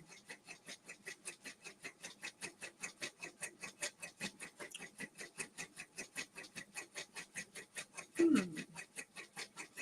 I didn't, I think I saw her, I didn't see the video, but I think I saw where she was going to do the video, talking about doing the video. But I think I guess I made the assumption it was just for the single needle machine, because I didn't know that Jerky had a new one for the big one. Robin, you say you do that all the time. I know. And Kara, I just finished a snake plushie for my grandson, embroidered a face and minky body. Messy but fun. Oh, that's so cute. That's so cute.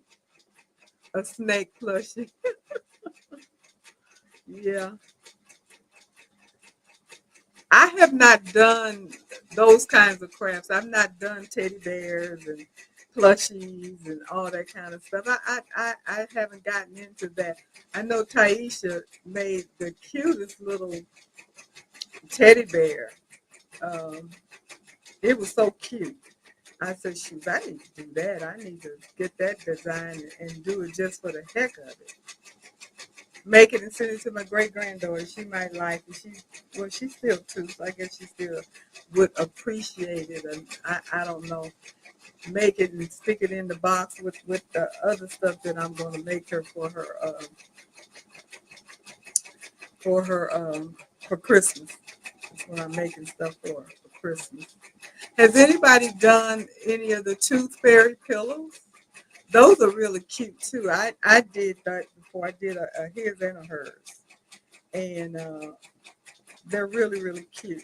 I don't have them anymore. I sold them, and but they were easy to do, and they were really really cute.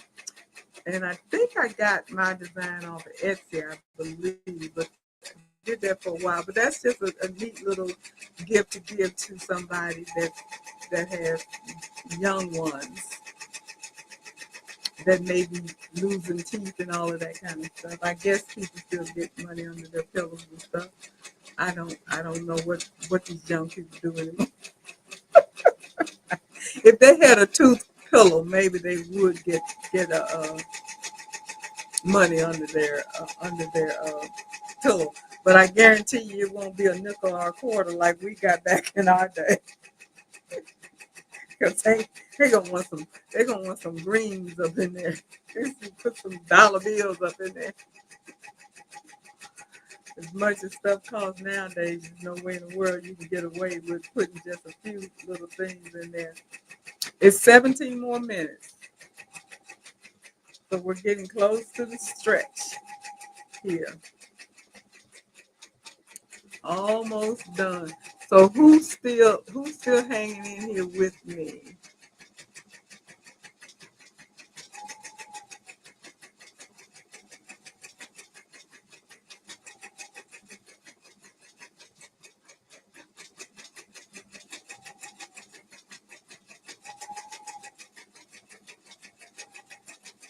So what else do you guys want me to do a demo on?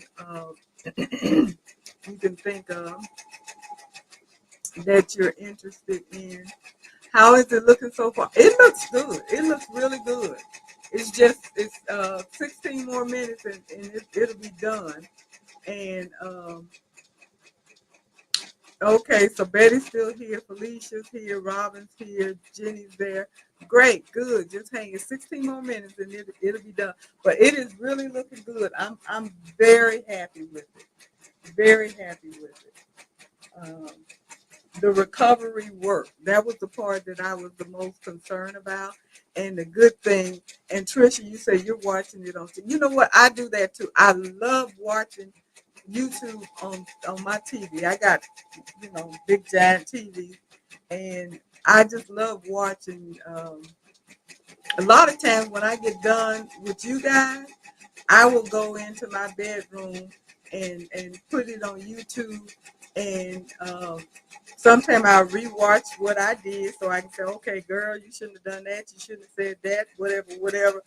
Or I'll be watching other people's stuff. I've watched Jeanette a lot on my TV and stuff. I like being able to see the big picture and everything. So I know some people watch it on their phone. Heaven help them. I don't know how they do that.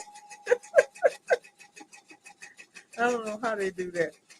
Because my biggest, when I was showing the video, I was afraid. I said, oh, this is so little, you're not going to be able to see it that well. But if you watch it on TV, you can. So, like I said, I am going to show it um, without all of the noise and everything involved. That way, um, hey, Marco, you're still here too. That way you'll get a chance to see exactly what I did.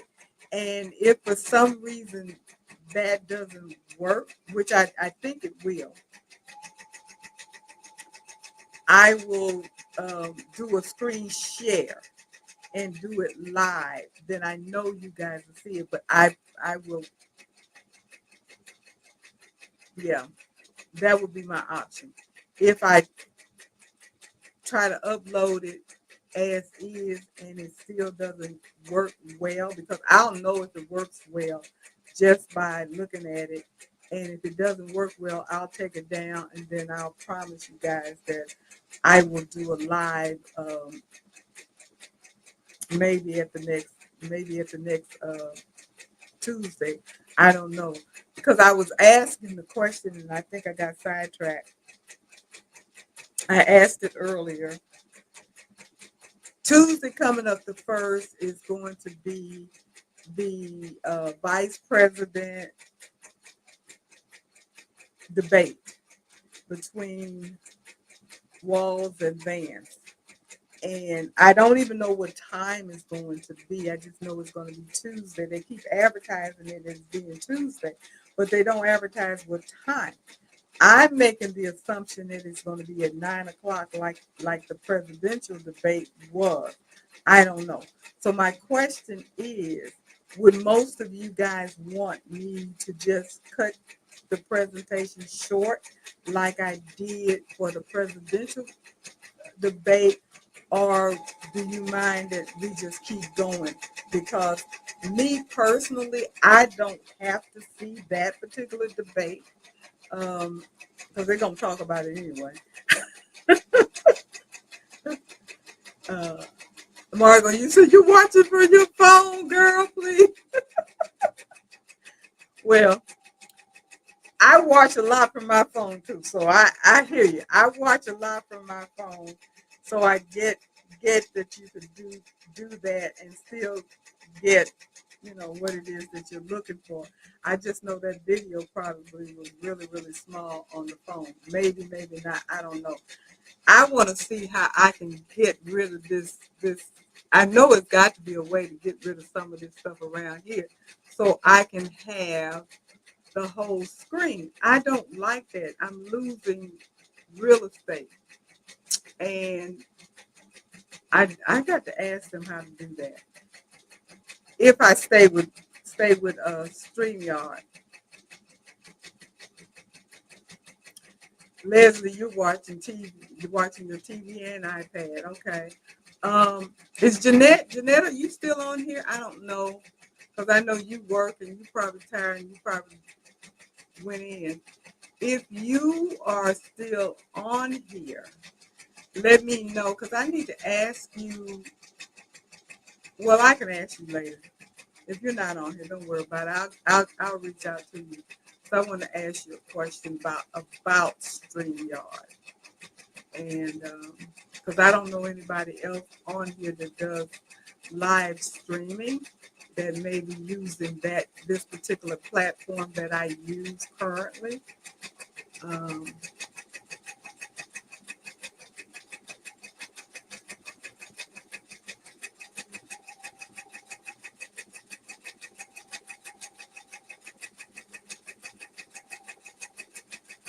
so yeah, Jeanette may have hopped off, which I don't blame her, because I know she got 10 minutes. 10 more minutes and it will be done, you'll be able to see the final results. And like I said, it looks good. It looks really good. I am really happy, and I'm glad that I used that color, and I'm glad that I stitched over the color that nested. That was the iPad is for the chat. Oh, so you can. There you go. Well, you know what? I do that too. I use my phone and the TV so I can chat on via the phone and watch it on TV. I do the exact same thing. I just don't necessarily use my iPad. I use my phone.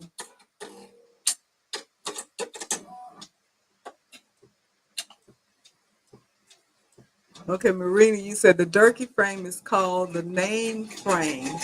They are for sashes, karate belts, hair bows, name tapes. The video for the multi-needle and single needle are on the Durkee website. I may have seen that. I may have seen that. And you know what? Now that I think about it, if this is because I think I saw them talking about it and showed a preview or something. And in my mind, I decided that I didn't need it because you can do that with your Mighty Hoop. You don't need to have an extra hoop in order to do sashes and um, karate belt name tapes and now the name thing maybe, but I have done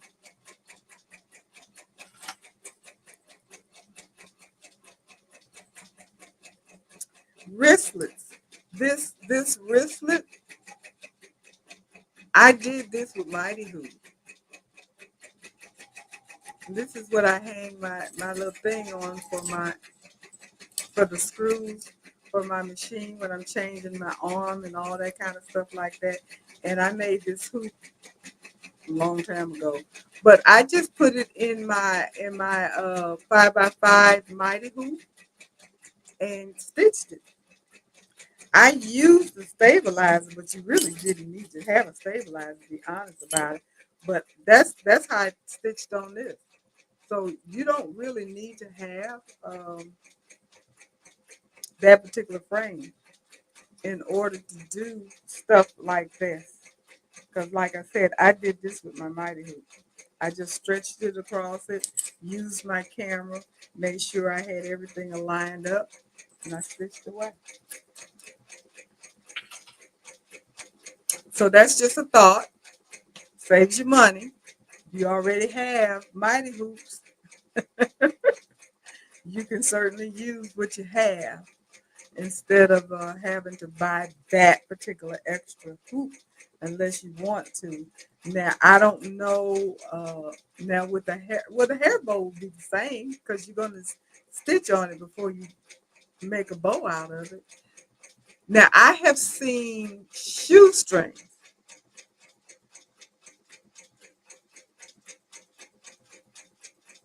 Yeah, I could do a shoestring because all you need to do is just small letters. You can still line it up. You can still line it up.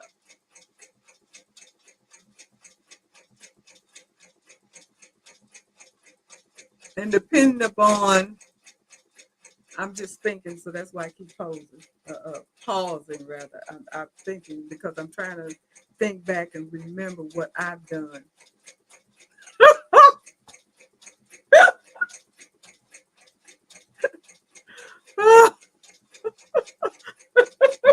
Is he listening? My husband thinks she would not encourage me to make a purchase. Oh, well, I did this obviously before they came out with their frame. So I did it out of necessity. It was something that I wanted to do, and I decided that okay, I can do it with what I already have. You got a camera, all you got to do is line it up and you hoop it.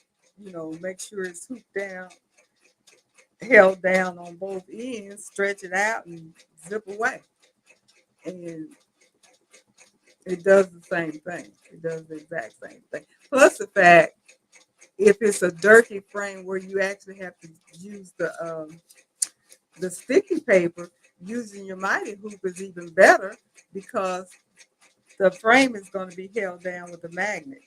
Now, the other thing is you can also, of course, use a little adhesive spray to make sure that it's held down. So you don't really need to have that particular hoop. I've not seen the hoop. I'll have to look at the hoop and decide if it's something that I think is worth purchasing for myself. But I really don't think so. Um, if it's just to do those things that you just mentioned, because I know you can do them with the mighty hoop. You don't have to, like you said, sashes. I just did graduation sashes, and I used my mighty hoop. I used my 8x13 mighty hoop, and I did a little.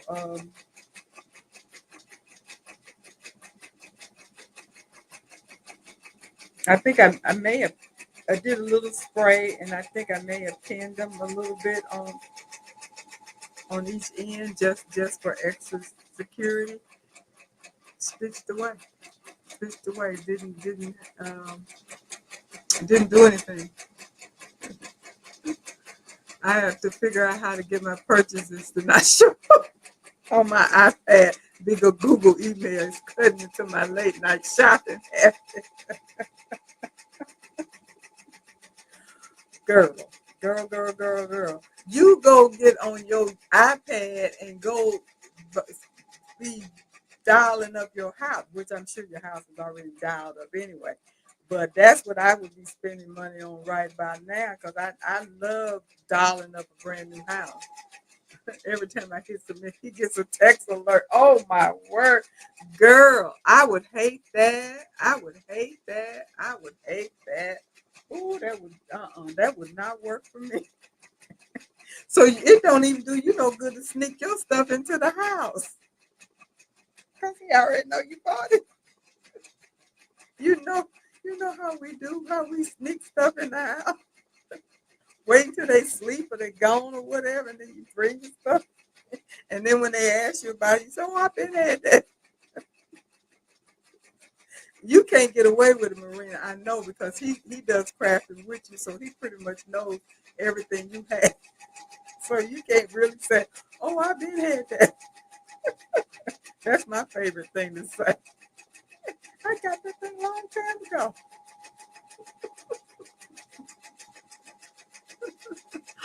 Oh boy. Well, if you make him if you show him how useful it is, then he'll be okay with it because he'll want to play with it too. So you're lucky on in that case. 1 minute, just about done. You're lucky in that regards because he crafts with you. So if you get something that he likes, then that gets you off the hook. But that is too funny. Oh, I would hate every time I bought something he got to learn. I would hate. Oh, that would drive me up the street. No, you can't be all up into my shopping business. You can't do that. Mm-mm, mm-mm. That would not work for me. He just shakes his head. Well, that's good.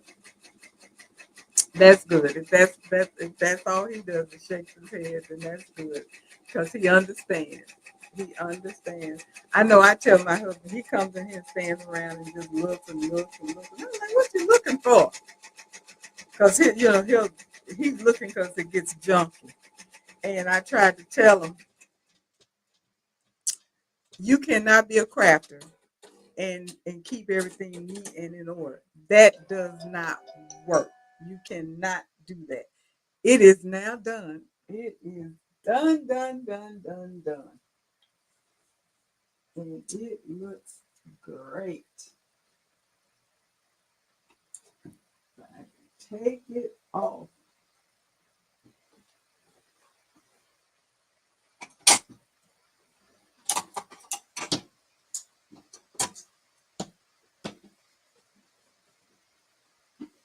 Okay.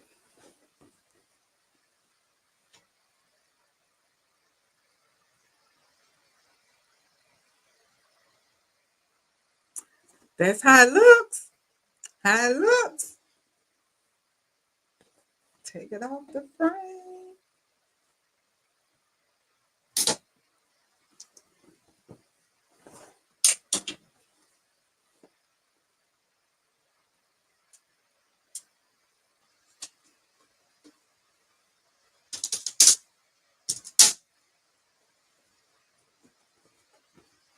All righty, y'all. Here's the jacket.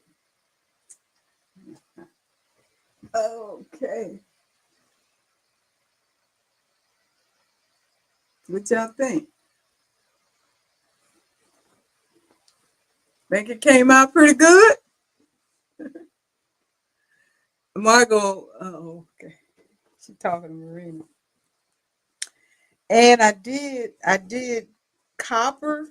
This is copper thread because I decided that I wanted it to match up with the thread with the seams. And you can't even tell where I went over the gold thread with the copper thread. So I am quite happy with the results. Quite happy with the results. It came out really cute. Really, really, really, really cute.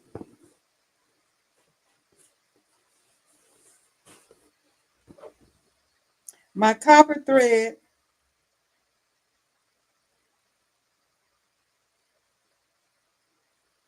didn't well it behaved, but it acted up just a little bit, just a little bit. The gold one there usually does not act up at all, but I know I've had trouble with that spool before, but it wasn't really that bad. So yeah,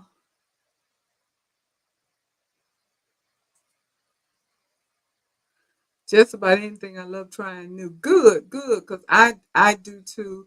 And Trisha gave me thumbs up. Jenny says it's gorgeous. Taisha, I didn't know you were still on here. Beautiful. Becky said very nice. Robin, beautiful. Jenny and well, fantastic. So everybody liked it. Good, good, good, good. It does look really, really good. Looks really, really good. I know in the sunlight and everything, when that sun shines on it, it's gonna be really, really good. I have a jacket. It's out in my car, but I did queen on the back, and it's got a lot of little frilly stuff on it, and it's in gold. So I didn't want to use gold again. I started to use silver, and then I thought about the threads that are going down the seams and everything. It was more on the line, on the color of this copper. And I said, oh, that would be cute. That would be really, really cute. So it turned out the way I wanted. Now, this is a distressed jacket, and I plan to put some more stuff on here. But anyway, this is it. This is it. And it turned out really, really nice. It turned out really, really nice. I am really, really happy. I did the fusible inside. I didn't even really need that much down there, but I wanted to make sure I had enough. So I'll just cut that out and everything. But that's what I did. So that's the jacket back. That's how it turned out. I'm happy with it. Should add some rhinestones too, like a scatter design. Um, you're still in my thoughts, Marina. Thank you, Margot. Um, love the font. Also, actually, it's a design that I bought off of. I bought the design off of Embroidery Library. They have a Hello Gorgeous and a Hello Handsome. I bought both of them a while back, planning to put them on some bath tiles. But I thought that that would be a good design that, and this actually took longer than what I thought it was going to be, but I wanted something that wasn't going to take a long time that I wouldn't mind having on a jacket back. I didn't want to just put anything on this jacket back because this is a jacket that I intend to keep and wear and what have you and all that kind of stuff. And I got the distressed jacket and I want to boho it out. So it's going to have some stuff on it. Now, I may or may not try to do scattered, a template of scattered rhinestones. I don't know. I thought about it. Um, the cut and stitch software by Dime that you and I have, um, Marina. You can do that because I don't know if you guys remember the design, the jacket back that I did with the lady's face that has on a pair of shades, and I think she has an afro or something. And then I did all the scattered rhinestones around it. I have a video of that one if anybody is interested in it. It's cut and stitch, I believe, is in the title. Um, but I thought about doing that. And I might and I might not. It depends upon what else I decide I want to do with the rest of the jacket because um, I just have to think about what else do I want to do with the rest of this jacket. I don't know, but that was a thought. I'll put it that way. That was a thought, but I haven't really made up my mind.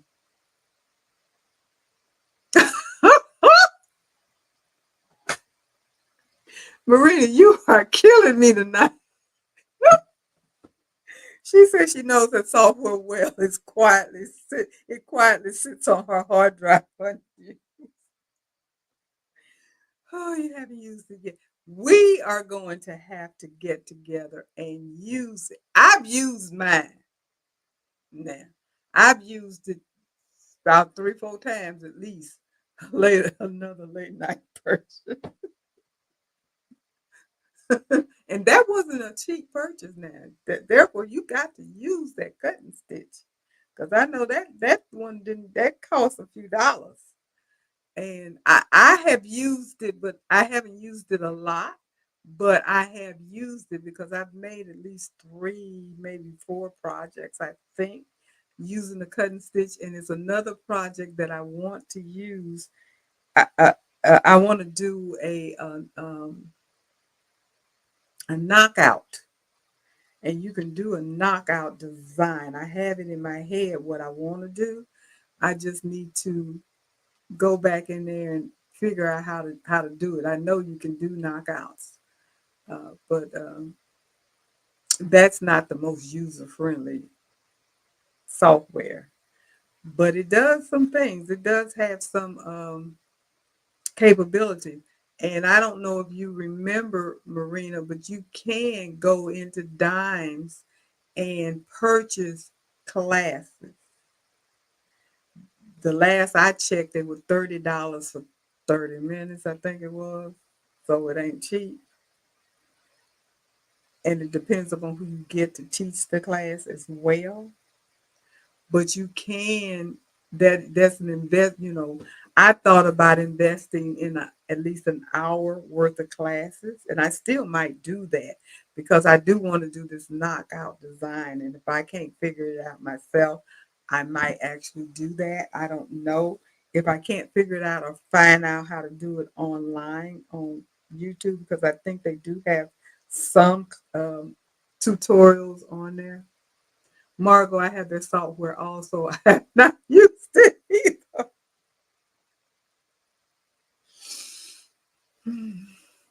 Okay, let's do this. You guys that have cut and stitch, let me know. Go on to my um, community page on my channel and leave me a comment and say I have cut and stitch and I want to learn how to do it. We need to get together as a group. We can do it through Zoom and we can do a project. I'll figure out how to do the project and then we can walk through it and learn how to use some of the things on there, because like I said, I have used cut and stitch a few times. I know that I've done at least three, maybe four, three for sure projects that I've done using the cut and stitch software. So I know that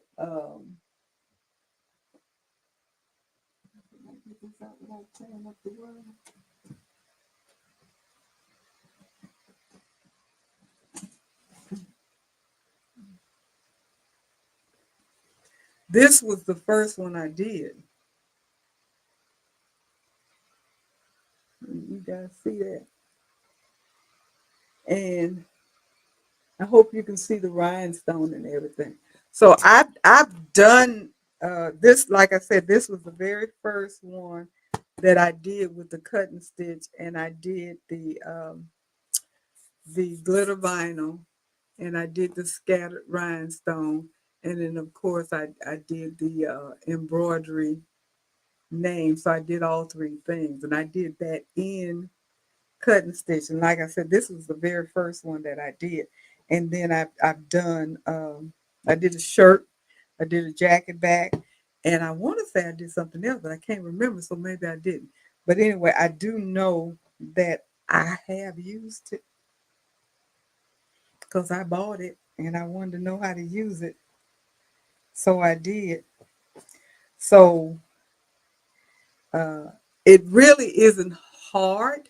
The thing about cut and stitch is it's not in brilliance. So it's not as intuitive. You got to know your icons and you got to know the sequences. So if you know what the icons do, then you can use it. But anyway, we can talk about that. So if you are interested, and Marina, I work on a Mac and I find it very challenging. It's not as Mac friendly as in Brilliance. I think that's that may be it. I don't know, but that may very well be it. And I don't work on a Mac, so I couldn't help you at all.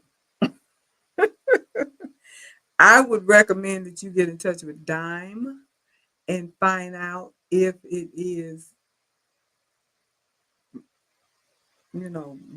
Mac friendly, if you need another version or whatever the situation is. But that's what I would do. But anyway, the jacket is done. Thank you guys for hanging in here with me tonight. I do appreciate it. I hope that you got something out of this demo. I hope that it taught you a little bit, even with the hiccups, because it's a way to recover, as I've mentioned. And um, if you have any questions or any concerns, or you look at it again and you want to know more about it, just let me know. You can drop messages in the comments on my channel, because the channel is still live. I know I haven't put a video up on the channel in a minute, but the channel is still live. I've been doing the lives every week, but I got to get back to putting up more of my DIY videos. I am going to do that. I'm not letting it die, because it's still growing, thank goodness, and I want it to continue to grow because I do have goals and everything. But if you like the video, thumbs up, please. Thumbs up. Very, very important. Thumbs up, please. And hit the notification bell. And let me know if you want to talk about cut and stitch. But this would be outside and separate from my Tuesday night because everybody doesn't have a cut and stitch. So it needs to be confined to those of us that do. And then we can go from there. So, good night to everybody. Thank you for hanging in here. I do appreciate it. I always appreciate everything you do. Watch the replay and keep a lookout for me to put this video up about the embrilliance and the splitting the hoop. So I'm going to say good night to everybody. You guys take care. Thank you. Bye-bye.